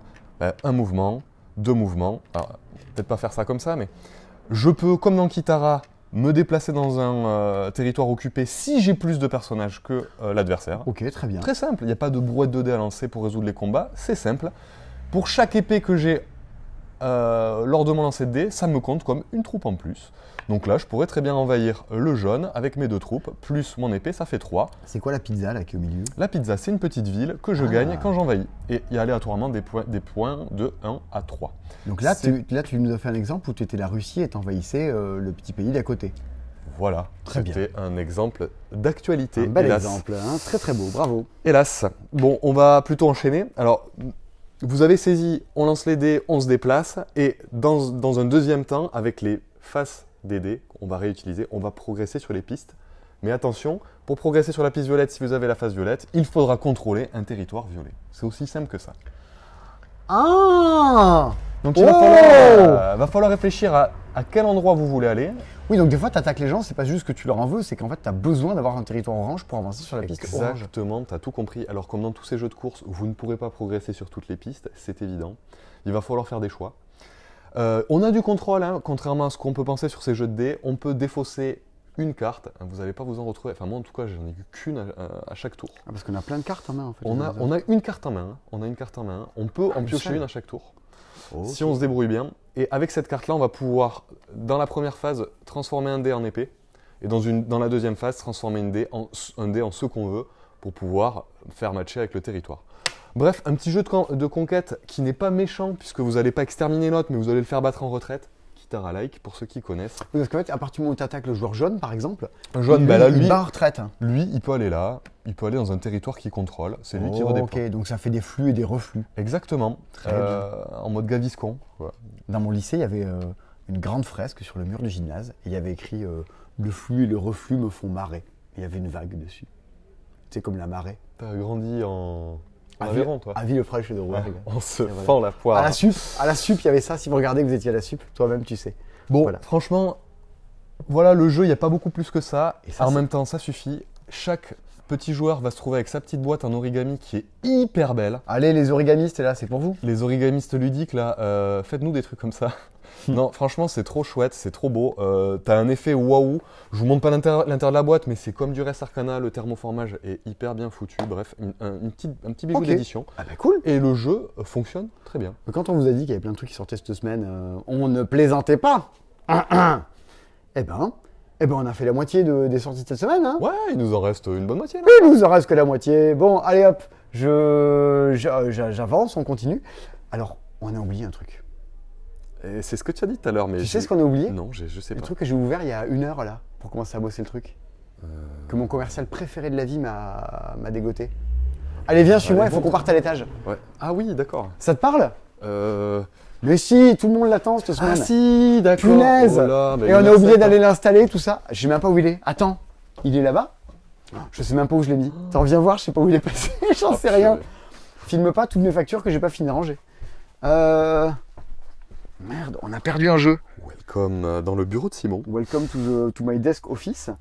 Je vais prendre une petite anis de Flavigny en me posant la question, mais je l'ai mis où? Ça, c'est quand même, pour la petite anecdote, c'est Simon qui a acheté ça dans une station-service en revenant de Cannes. Je crois que la dernière personne que j'avais vu en manger est décédée il y a 20 ans, quoi. Jean-Pierre, il a mangé. Tu sais dans quoi je les ai, moi, ça? Dans Terraforming Mars. Je range mes petits cubes en métaux à l'intérieur. Bon, c'est pas ça que je voulais dire. Putain, je l'ai mis où? Bon, mais là, ah, il est peut-être en bas. Il est peut-être en bas. Non, mais vraiment, c'est nimp. Je l'ai pas posé là. Bon, allez, fin du suspense. On a perdu Azul 4. Oh, c'est celui-là que je cherchais. Mais oui. Azul 4, les jardins de la reine. Bon, on en a d'autres, hein, en bas. Je vais pas ouvrir une deuxième boîte. Non, mais non. Ah non, mais je suis deg. Qu'est-ce qu'on a foutu? Ouh, Azul. Ouh. Ah, ça craint. Les mecs, il y avait 63 jeux à préparer pour cette semaine. Je l'ai posé là, j'ai fait quoi? Mais c'est honteux. Alors là, c'est honteux. Simon. Mais c'est honteux, quoi. Merde. Là, il n'est pas là. Pessoa, tout ça. Bon. Mais qu'est-ce que j'ai foutu? Qu'est-ce que j'ai fait? Ça va être la fessée, là, Simon. Bon, alors d'accord. Bon, eh ben, je vais vous montrer sur une boîte de Azul. Oh, je suis deg. Bon, Et franchement, je sais pas ce que t'en as fait. je l'ai ouvert, je l'ai révisé, j'ai bien vu le matos, la tour et tout, machin. Ouais. Quand je vous dis que je suis fatigué, je fais n'importe quoi. Bien, Azul 4, les jardins de la reine. Alors, avant toute chose, ce n'est pas un Azul avec un thème différent. Ce qui avait été, avec 2-3 modifications de règles, genre ce qui a été fait sur les vitraux de Sintra, qui était vraiment une modification à la marge de Azul. On est plus sur l'ordre de ce qui avait été fait avec Pavillon d'été, une modification plus en profondeur de ce que peut être le gameplay d'Azul. Pour autant, quand vous y jouez, vous dites « c'est un Azul ». Si je voulais faire des punchlines, je vous dirais que c'est le Quirkle des joueurs. Vous avez joué à Quirkle? Ou des trucs de même forme et de même couleur? Yeah. Azul, le jardin de la reine, vous devrez faire des alignements dans votre jardin de pièces de même couleur et de même forme. Ok? Comment ça va marcher? Vous allez chacune avoir devant vous un plateau qui va représenter votre jardin de la reine. Qui au début du jeu est plutôt vide, juste vous avez des fontaines, des bancs qui sont posés un petit peu chez vous. À chaque fois que vous jouez, sur le bord de la table, il y a donc des piles, comme ça, avec des bouts de jardin. Et sur chaque pile, au début du tour, on va mettre 4 tuiles. Dans ces piles-là, c'est Azul. Ouais, donc vous allez dire, là je vais prendre tous les violets, ou là je vais prendre tous les trucs qui ont ce symbole. Et vu que c'est un peu Quirkle, on ne prend jamais 2 fois le même truc. Si par exemple vous avez 2 tuiles qui sont rigoureusement les mêmes, vous ne pouvez pas les prendre, il faudra prendre même couleur, même truc, mais des choses différentes. Je ne sais pas si c'est très clair, mais on se sert là-dedans et on commence à les poser sur nos petits plateaux. On va pouvoir venir ensuite les poser à l'intérieur de son jeu, sachant que, et c'est là où je suis un peu deg de ne pas avoir le truc sous les yeux, vous avez vu, donc il y a des symboles, des épis, des arbres, des fontaines, des papillons, des oiseaux. Bien. On va vous dire, je crois que c'est le papillon pour le poser, il faudra défausser 3 pièces de votre jeu.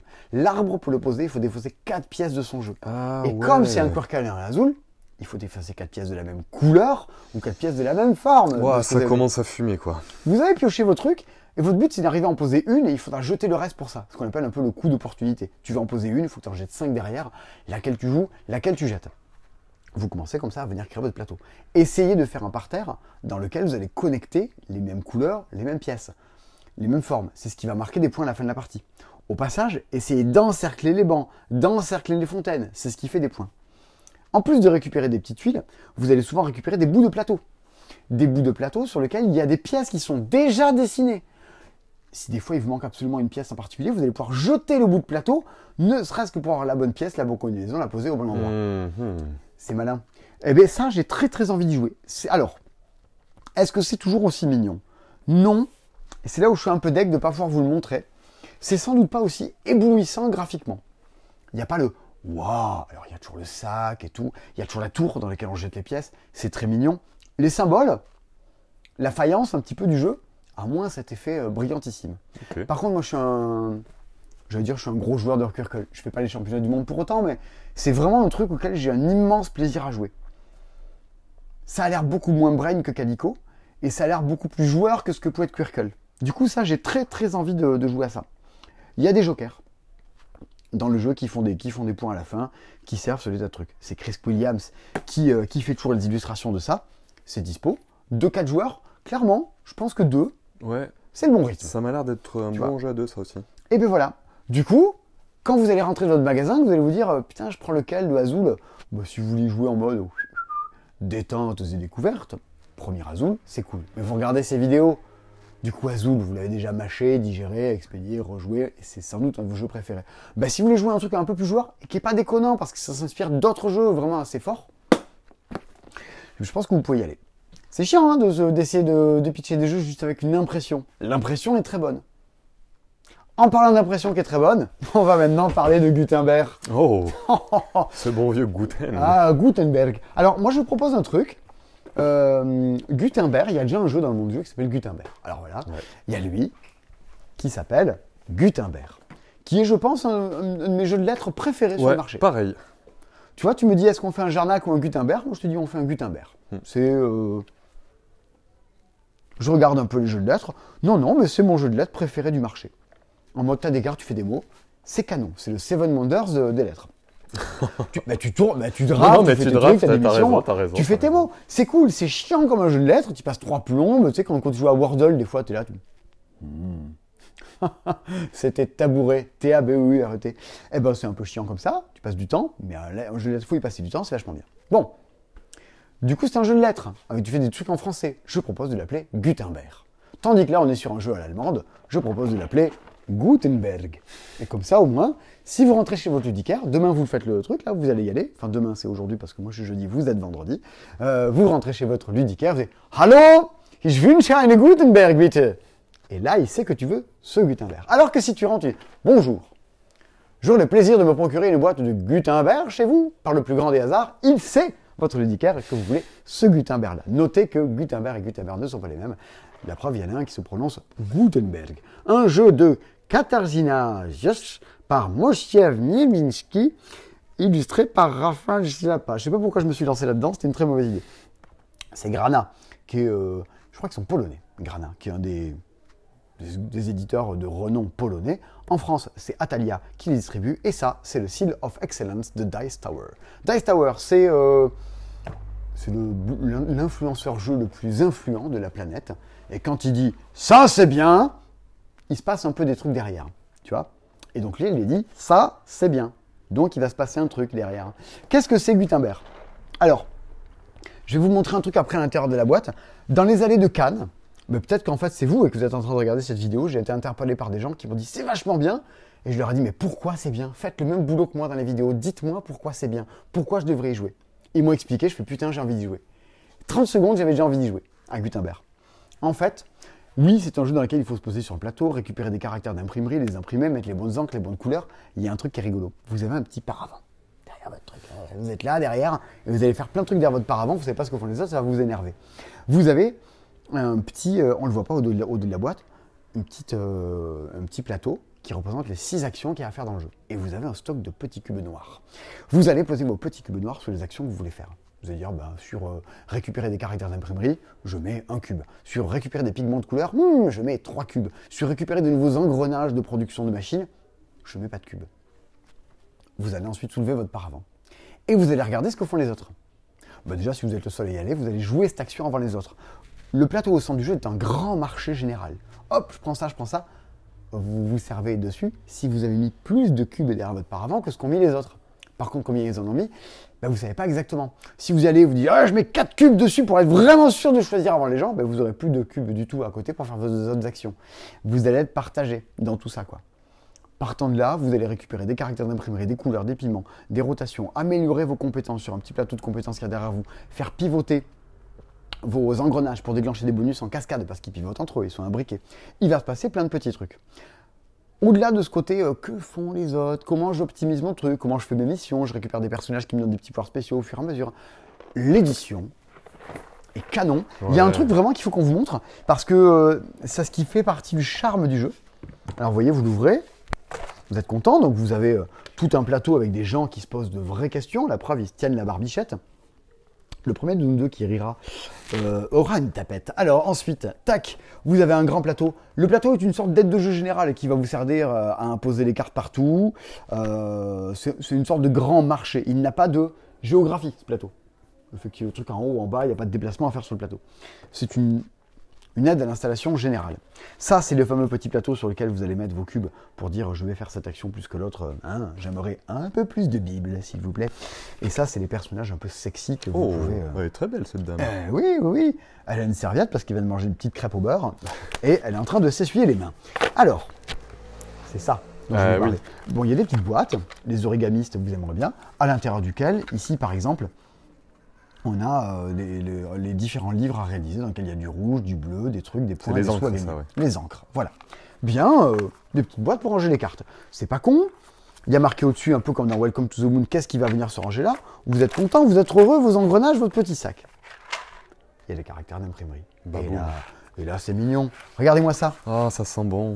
Ça sent la colle à bois. Vous le sentez pas, vous, mais ça sent la colle à bois. C'est des vrais petits caractères d'imprimerie qui sont extrudés, comme dirait l'autre, dans lesquels on peut mettre de l'encre et tout, machin. Bon, alors vous n'allez pas faire vraiment ça, on n'est pas dans un atelier créatif, mais ce sont on va dire un peu les ressources du jeu, quoi. C'est plaisant. C'est hyper plaisant. Ils ont poussé le sens du détail assez loin et grave. Ça se relève. Et voilà. Donc ça, c'est cool. Alors, on est sur un 2-4 joueurs. Comme ça, à vue de nez, je vous dirais que ça marche dans tous les cas.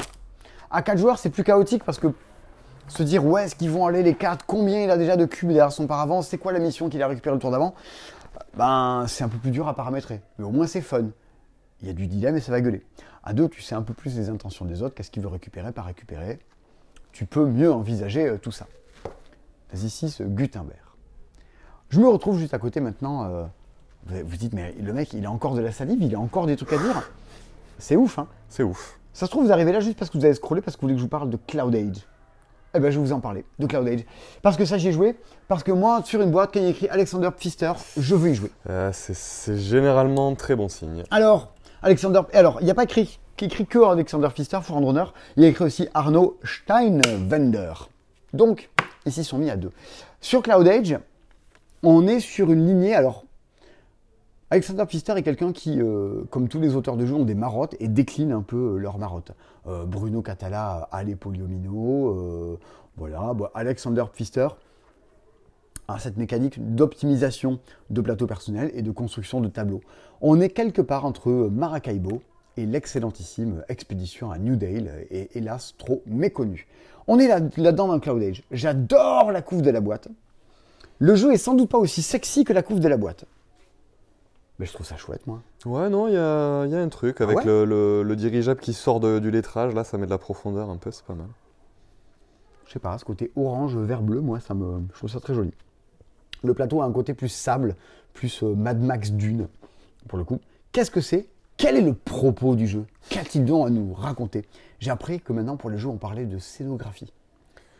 C'est le nouvel bar. Il faut qu'il ait une belle scénographie. Ok, d'accord. Voilà, donc c'est pour ça qu'il y a des dirigeables en 3D. Alors, le but est un peu de repeupler le désert, de passer de ville en ville et d'affronter des rebelles à l'intérieur des villes.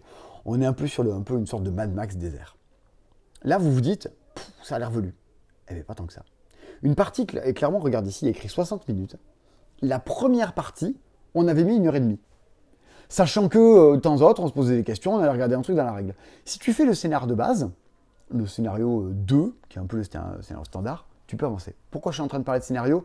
Il y a un système de campagne dans lequel tu peux avancer dans l'histoire, débloquer des contenus, des personnages, vous allez voir comment ou quoi, ou vous pouvez faire des parties indépendantes. Nous, on a fait la partie indépendante qui s'appelle scénario 2. Bien. Vous êtes à bord de votre dirigeable et vous allez commencer la partie à bord de votre dirigeable qui est ici. Sur votre plateau personnel, vous avez écrit en bas qu'est-ce qui va se passer lors de votre tour. D'abord, vous allez commencer à produire de l'eau. Vous avez un petit système de production d'eau, je vous passe les détails. Surtout, c'est un jeu de deck building. Vous avez chacun un petit paquet de cartes de dirigeable. Vous allez piocher 2 cartes de votre paquet de deck building. Le 0 et le 1. C'est un tour de merde. Vous allez mettre votre plus petit numéro en bas et votre plus grand numéro en haut. Viens voir ce que dit l'iconographie. Ton petit numéro en bas te dit combien tu vas prendre d'énergie ou combien tu vas piocher de cartes. Soit 0 dans ce cas-là. Ce qui est vraiment la maxi lose, quoi. Le numéro que tu vas mettre en haut va te dire de combien de cases je déplace mon dirigeable. Simple. Eh ben oui. Non mais attention, hein. C'est vachement plus simple que ce que ça a l'air, cette bêtise. Du coup, je vais pouvoir déplacer mon dirigeable de 1 case à l'intérieur du truc. Gros coup. Voilà. C'est tout couillon. Du coup, maintenant, je vais commencer à me déplacer sur le plateau. Chaque fois que j'arrive dans une ville et je peux casser la gueule à des gens, vous allez voir comment juste après. Grosso modo, voilà ce qu'on va faire. Se déplacer, s'installer dans les villes. Si, comme dans Terra, ce genre de choses-là, je passe par des cases sur lesquelles il y a des ressources, ben, je les collecte en chemin. Du coup, vous avez intérêt de vous déplacer vachement. Comme ça vous permet de passer par plein de cases et gagner plein de cases de ressources en chemin. Sachant que vous êtes obligé de finir votre tour dans une ville. Vous ne finissez pas avec votre déplacement dans le désert. Bien. On a un pioché de cartes, on s'est déplacé. Maintenant, il est temps de faire des actions. Et c'est là où on se marre un peu. Il y a un truc assez original, moi, qui m'a fait particulièrement marrer. Et qui, dans le jeu, fait que vous allez vous lever autour de la table. Dire attention, on va voir ce qui se passe là-bas.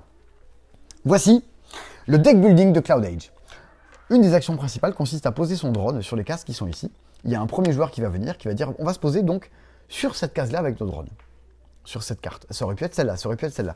Il y a un petit système de sleeve, que je vous montre, de sleeve avec des nuages. Donc en fait, la carte, vous voyez le résultat en dessus. Vous voyez partiellement le terrain là, mais vous ne voyez pas exactement tout. Surtout ce que vous ne voyez pas, ce qui est au centre du terrain, c'est combien de ressources sont à produire sur ce terrain. On va donc venir se poser ici, sachant que le joueur actif, celui qui s'est posé, va gagner la carte, mais sachant que tous les gens qui sont là vont gagner les ressources qui sont dessus. Bien. Je viens là, je vais gagner la carte, et regardez, je me suis posé sur électricité. Tu vois, c'est ici. Le joueur violet, lui, s'est posé sur eau. Le joueur jaune, il s'est posé sur je pioche des cartes. Et le joueur blanc, qui est là, on va dire, il s'est posé sur je prends du métal. Sur cette carte. Et là, c'est là où on a besoin d'une vidéo. Qu'est-ce qu'il y a écrit? Ici, le chemin de fer qui passe sur l'électricité, parce que ça, c'est des panneaux solaires, il va me dire écarte une carte de ton deck. Ça, je le vois. J'ai l'info. Par contre, si j'avais regardé ce paquet-là, bah, je sais pas en fait quel est le terrain qui va me permettre d'écarter un truc de mon deck. Je le vois pas nécessairement. Okay. Là, tu le vois un peu, tu es un peu où est Charlie, quoi. Tu le vois un peu, il est au-dessus du lac, par exemple. Il faut observer ces cartes, dire ah, j'ai posé sur celle-là. Parce qu'une fois qu'on s'est tous posés, on la révèle. Et nous avons désormais la vérité du terrain. La vérité, mesdames et messieurs, c'est que la partie qui occupe le plus de place sur cette carte, ce sont les buildings, ce qui permet de faire des projets. Et que dessus, il y a une molette qui passe. Le joueur qui s'est posé sur la partie piocher des cartes, il va pouvoir piocher 3 cartes et construire une amélioration. Le joueur qui s'est posé sur l'électricité, il va prendre 2 électricités, parce que ça occupe pas mal de terrain, et il va pouvoir défausser une carte qui lui sert de son deck. Okay, Casse-toi, le zéro, fous le camp, arrête de me pourrir mes tours. Les joueurs qui sont posés sur métal et eau, ils ont mal observé. Ils gagneront qu'un métal ou qu'une seule eau. Le 2 fait désormais partie de mon deck. Ok. Voilà, tout connement. Donc il faut observer un peu le truc pour venir se poser. Parallèlement à ça, il y a des actions sur le côté qui sont, je pose mes développements, les cartes qu'on a dans la main. On retrouve le petit système de création de tableau qu'il y a dans Terra, tout genre de petits jeux là, sachant que les cartes coûtent de l'eau. Et quand à chaque fois que je la joue, ce qu'on appelle le coup d'opportunité, je dois défausser une autre carte de ma main pour pouvoir la jouer. Ok. Alors, la carte est bleue, ça veut dire qu'elle améliore ce qui va se passer lors du bleu, lors du déplacement. La carte est verte, ça veut dire qu'elle améliore ce qui va se passer lors du début de votre tour. C'est tout con. La carte est jaune, ça veut dire qu'elle va améliorer ce qui va se passer pendant le moment où on fait des actions. Petit côté Iki. Hein. Non mais c'est limpide. Tu joues à ça, tu lis la règle, tu ne te poses pas tellement de questions pendant la partie. Tu regardes un peu l'iconographie des cartes, mais si tu as un doute. Mais franchement, c'est tout couillon. Voilà donc que tu vas améliorer ton tableau. Tu vas aussi améliorer ton vaisseau. C'est pour ça que tu as besoin de métal. Tu vas commencer à dire, je paye 2 métal, je marque des points, et désormais, j'ai une hélice en plus. J'ai toujours un mouvement en plus à l'intérieur de mon vaisseau. Ouais, d'accord. Et je commence à me déplacer plus vite. Je rajoute des bombardiers sur mon vaisseau. Donc regarde ici, en déplaçant. Du coup, désormais, quand j'arrive dans les villes, je suis capable de casser la figure à des gens plus rapidement. Ok. Malin et tout. Ici, ça me permet de planter des trucs, parce que voilà, certaines des cartes qu'on récupère permettent également de récupérer de la forêt. Ici, j'avais pris 2, j'aurais eu 3 forêts. Et en me déplaçant, je vais pouvoir venir installer des forêts partout sur le plateau, récupérer des ressources, marquer des combos, machin, et le plateau que vous voyez ici va évoluer. Plus vous arrivez loin sur le plateau, plus vous arrivez dans des villes qu'il faudra combattre plus fort, mais qui rapportent plus de points quand vous y installez, et quand vous combattez la milice de rebelles qui sont à l'intérieur. C'est 8 tours. Et dans 8 tours, vous allez avoir juste... je mets ma carte en haut, en bas, et on vient se poser chacun une fois sur ce plateau. Ça va vite. C'est pas très très long cette histoire. D'où les 1 heure. Il y a cette sensation de monter en puissance, de comment je customise mon truc, de que fait l'autre, par où est-ce qu'il est passé. Est-ce que vos cartes dirigent vachement votre jeu? À partir du moment où vous avez plein de trucs pour casser la figure aux autres, vous allez faire. Qu'est-ce que vous allez faire? Vous allez essayer plus de casser la figure. Vous avez des missions aussi au début de la partie qui vont vous dire tu marques des points si tu passes dans telle ville, telle ville, telle ville. Tu marques des points si tu arrives à jouer tel type de carte. À vous de vous débrouiller là-dedans. 4 joueurs, c'est très bien à 2. Le mode solo, comme tous les fisters, je n'ai pas le doute, l'ombre d'un doute sur le fait que ça soit chouette à jouer à solo également, avec toute une campagne à l'intérieur. Bah, très cool. Tout le monde le peuple. Ça, en fait, ça n'invente rien. On en discutait encore quelqu'un cet après-midi. Mais quand vous allez jouer à plein de fisters, rien de neuf sous le soleil. Par contre, sous le soleil, il fait très beau. Et ça, écoute, c'est toujours plaisant à prendre. Donc, je recommande assez Cloud Age. Ok. Ça donne envie en même temps. Hein. Ouais, mais ça invente rien, quoi. Mais tout est bien fait. Puis ça, c'est marrant. Du coup, bah ça suffit. Hein, c'est pas déplaisant. Il nous reste maintenant 2-3 trucs à voir. Ah, combien de temps là déjà on tourne? 1h28. 1h28, mon Dieu. J'ai faim de radis. Ça va pas du tout. Golem. Alors Golem, il se marre parce qu'en fait Golem, je me suis tapé une vidéo règle là, juste avant, machin. Il y avait Ben et Lily, que je salue aussi, que j'ai vu dans leur courte vidéo règle sur le Diamant d'Or.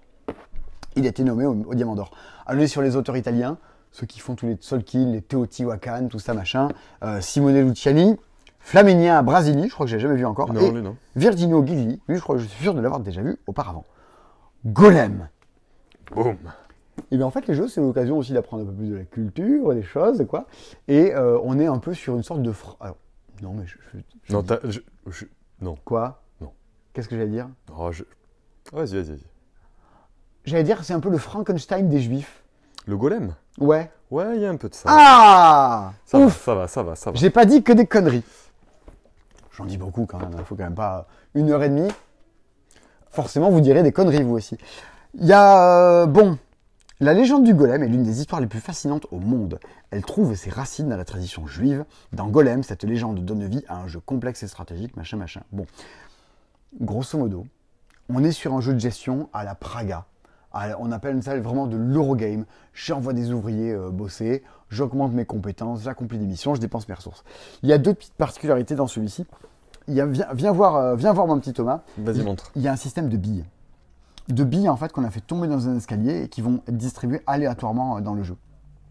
Plus il y a de billes à un endroit, plus l'action que vous pourrez faire en face va être forte. Et ensuite, on va prendre une bille, la relancer, et elle va complètement partir ailleurs. Ok. Du coup, en fait, la valeur des actions va comme ça être évolutive au fur et à mesure de la partie. Il y a toute une histoire de rabbins, d'augmentation des trucs, de rabbins qui avancent dans la rue et il faut que vos apprentis les rattrapent. Sinon, ils sont en retard de connaissance sur le golem par rapport aux autres. Vous avez votre golem à l'intérieur de votre plateau, vous allez essayer un peu de customiser un peu la Frankenstein.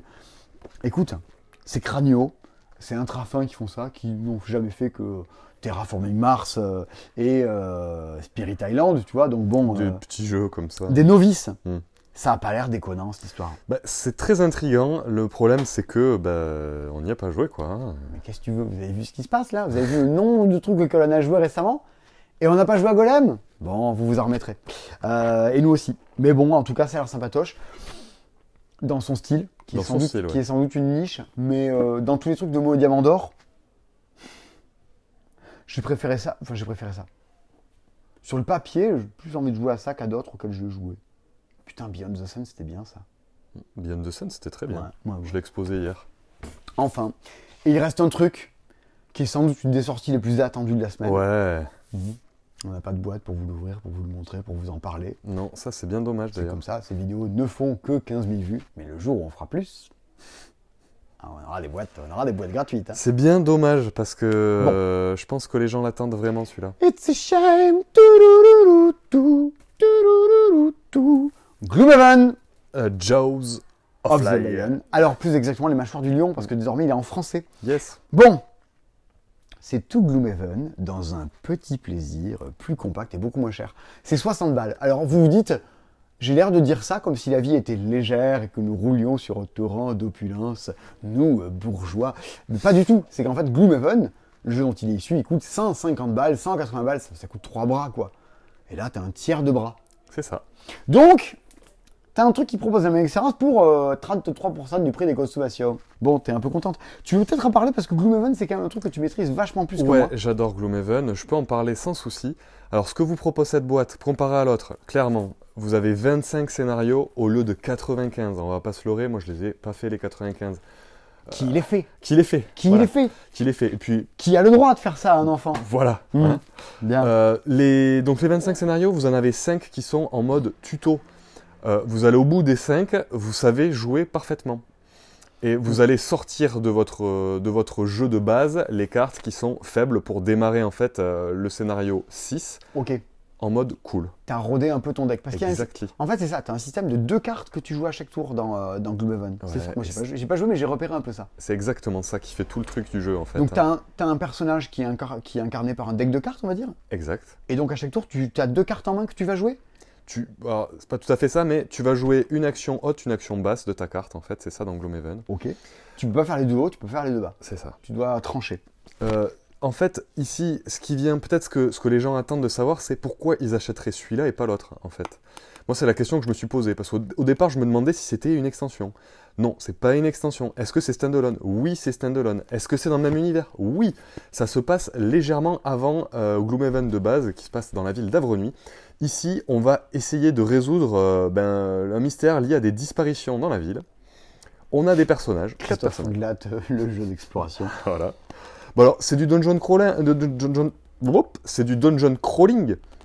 Donc vous allez ouvrir des portes, il y a des monstres qui vont apparaître, vous allez les poutrer et vous allez essayer de looter, récupérer des petits trésors. On est dans du jeu comme ça. 30 minutes par joueur. 30 minutes par joueur, donc on est sur moi en général on met à 1h30, 2h. Le truc de Gloomhaven version 1, donc la grosse boîte, c'est que la mise en place est longue, les amis, c'est plutôt même Ah très oui, long. l'autre, il faut acheter des boîtes exprès pour le ranger et tout. Il y a 10 Je vais kilos vous de faire à des matos. potes, ils m'ont dit merci, mais pas merci. Ah ouais, non, mais tu dois acheter en fait les encarts là pour ranger tout le truc à l'intérieur, sinon c'est une infamie. Ou alors tu vis dans un ranch et tu as une salle dédiée à Gloomhaven. Voilà, hein, c'est pas pour tout le monde. Est-ce que parmi vous, il y a quelqu'un qui habite dans un ranch qui regarde cette vidéo? Je serais très curieux. Non, là, clairement, dans Gloomhaven, dans celui-là, vous avez le même plaisir que dans un Gloomhaven original, sauf que vous y vendez pas un rein. C'est coopératif. C'est coop, on est toujours là-dedans. Et Gloomhaven. On vous a parlé de tas de trucs. C'est quand même le jeu le mieux noté au monde sur BGG, Board Game Geek, le site de référence mondial. Donc c'est pas que dalle. C'est quand même le rejeton d'un truc très high level. Est-ce que ça tient ses promesses au temps? L'avenir nous le dira. Nous voici les oui. trois derniers articles, Madame la Marchande, des petits sets de vignettes amovibles. Hein. C'est comme des petits stickers que tu mets sur la tête de ton gosse pour le customiser, parce que dis donc, qu'est-ce qu'il est vilain. Hein. Alors, on a des vignettes amovibles pour les mâchoires du lion. Ouais. À quoi qu'elles servent, Thomas, les vignettes amovibles? Le truc, c'est que votre progression, c'est ça aussi qui fait la richesse du jeu de Gloom, c'est que vous allez avancer dans une histoire très narrative et vos choix vont influencer la partie suivante. Le truc, c'est que si vous comptiez le refaire, il y a des gens qui refont Gloomhaven apparemment, et bien pour pas pourrir votre map, vous pouvez acheter des petites magnettes repositionnables. Voilà. Alors je rigole hein, comme ça, mais effectivement, moi, mon pote avec qui on l'a acheté, il le fait avec sa nana. Du coup, quand on le fait entre potes, il est là. Ok, le jeu il est un peu trop évolué pour pouvoir y jouer. Voilà. Du Quand coup, le nom définitif permettant de multiples repositionnements, réinitialisez vos scénarios, rejouez vos parties, revendez votre jeu. C'est la première fois que je vois écrire sur une extension. Cette extension va vous permettre de revendre votre boîte. Comme quoi, vraiment, tu sens que c'est là où le marché du jeu d'occasion il a pris de la place quand même. Hein, c'est clair. Dans le truc. Bien. On est arrivé au bout de plein. Je crois qu'on a oublié Rainbow Seven.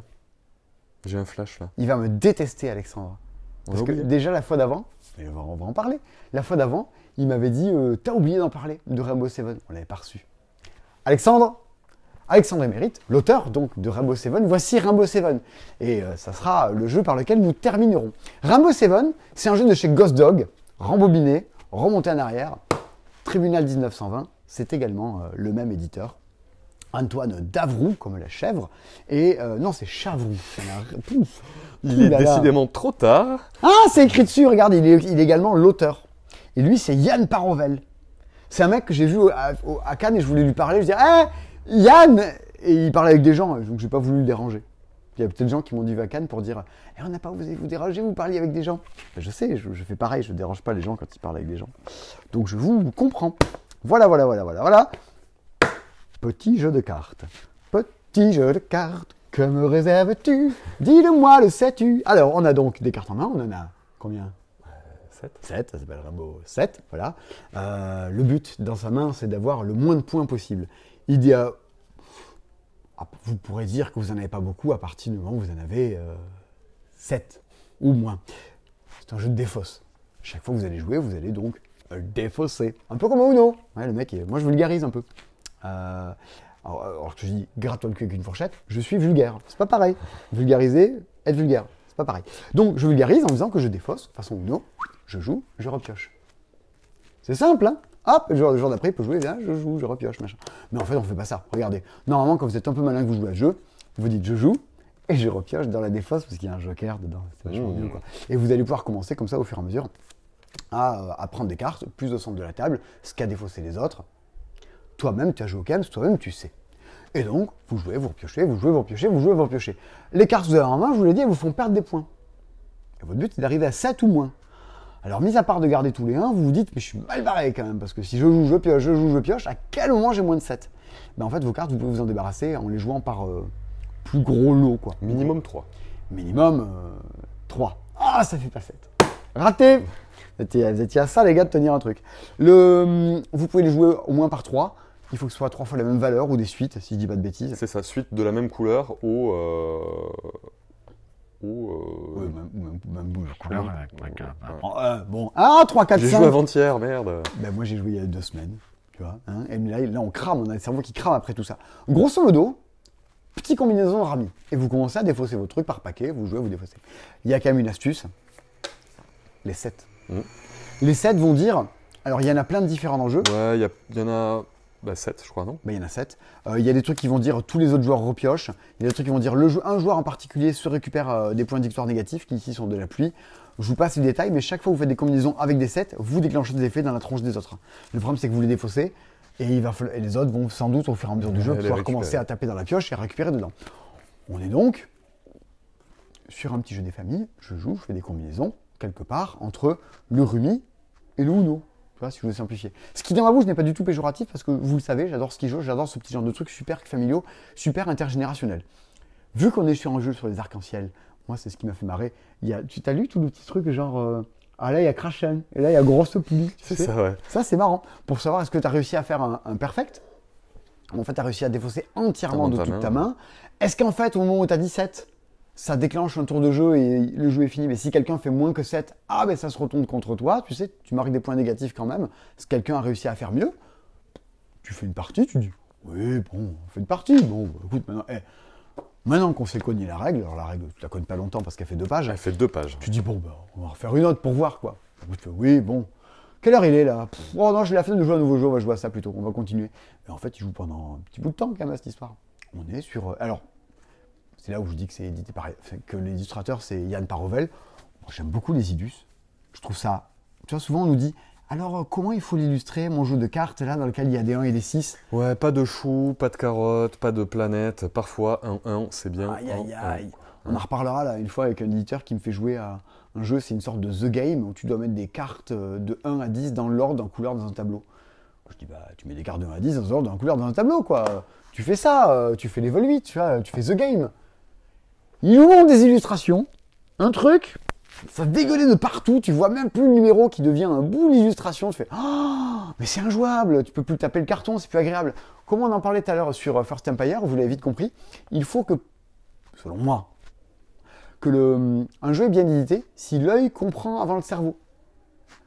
Tout à l'heure, Cloud Age, je vous ai montré l'iconographie. T'es là, mais au fait, c'est quoi la règle? Hop, ton œil il a compris. Hop, ton cerveau il comprendra après. Si ton cerveau, si tu inverses les sens, ça marche plus du tout. Du coup, ton œil a besoin de voir immédiatement, c'est ça, les informations doivent être très claires, très lisibles et être au service de ta réflexion pour que tu ne te poses pas de questions et que tout ce qui reste autour de la table, c'est la bonne franquette, tu t'amuses, tu dis à tes potes, dis donc, tu m'enverrais pas ton set dans la tronche, il n'y a pas du crachin machin, et on se marre bien. C'était le one-man show du passe-temps de bonsoir. On vous a expliqué plein de jeux, on vous a parlé de plein de choses. Je crois que quand on a commencé, le soleil se couchait et là il fait nuit noire, une bagnole est rentrée dans le magasin, vous avez qu'à rembobiner, il y a un timecode dans tout ça. Et vous avez vu là ce qu'on a vu à Cannes? On a vu ça mais x4, x5. Et les éditeurs, ils nous disent ah, elle est rigolote la chanson où tu as chanté, il y a trop de jeux cette année. Vous voyez bien que quand même, c'est compliqué hein, d'arriver à se trouver une place dans tout ça, quoi. Qu'est-ce qui vous a marqué sur cette vidéo? À quoi vous avez envie de jouer? C'est compliqué. Ça va être très dur à dire. Il y a beaucoup d'embouteillements. Heureusement, vous êtes de plus en plus nombreux, de plus en plus nombreuses à jouer.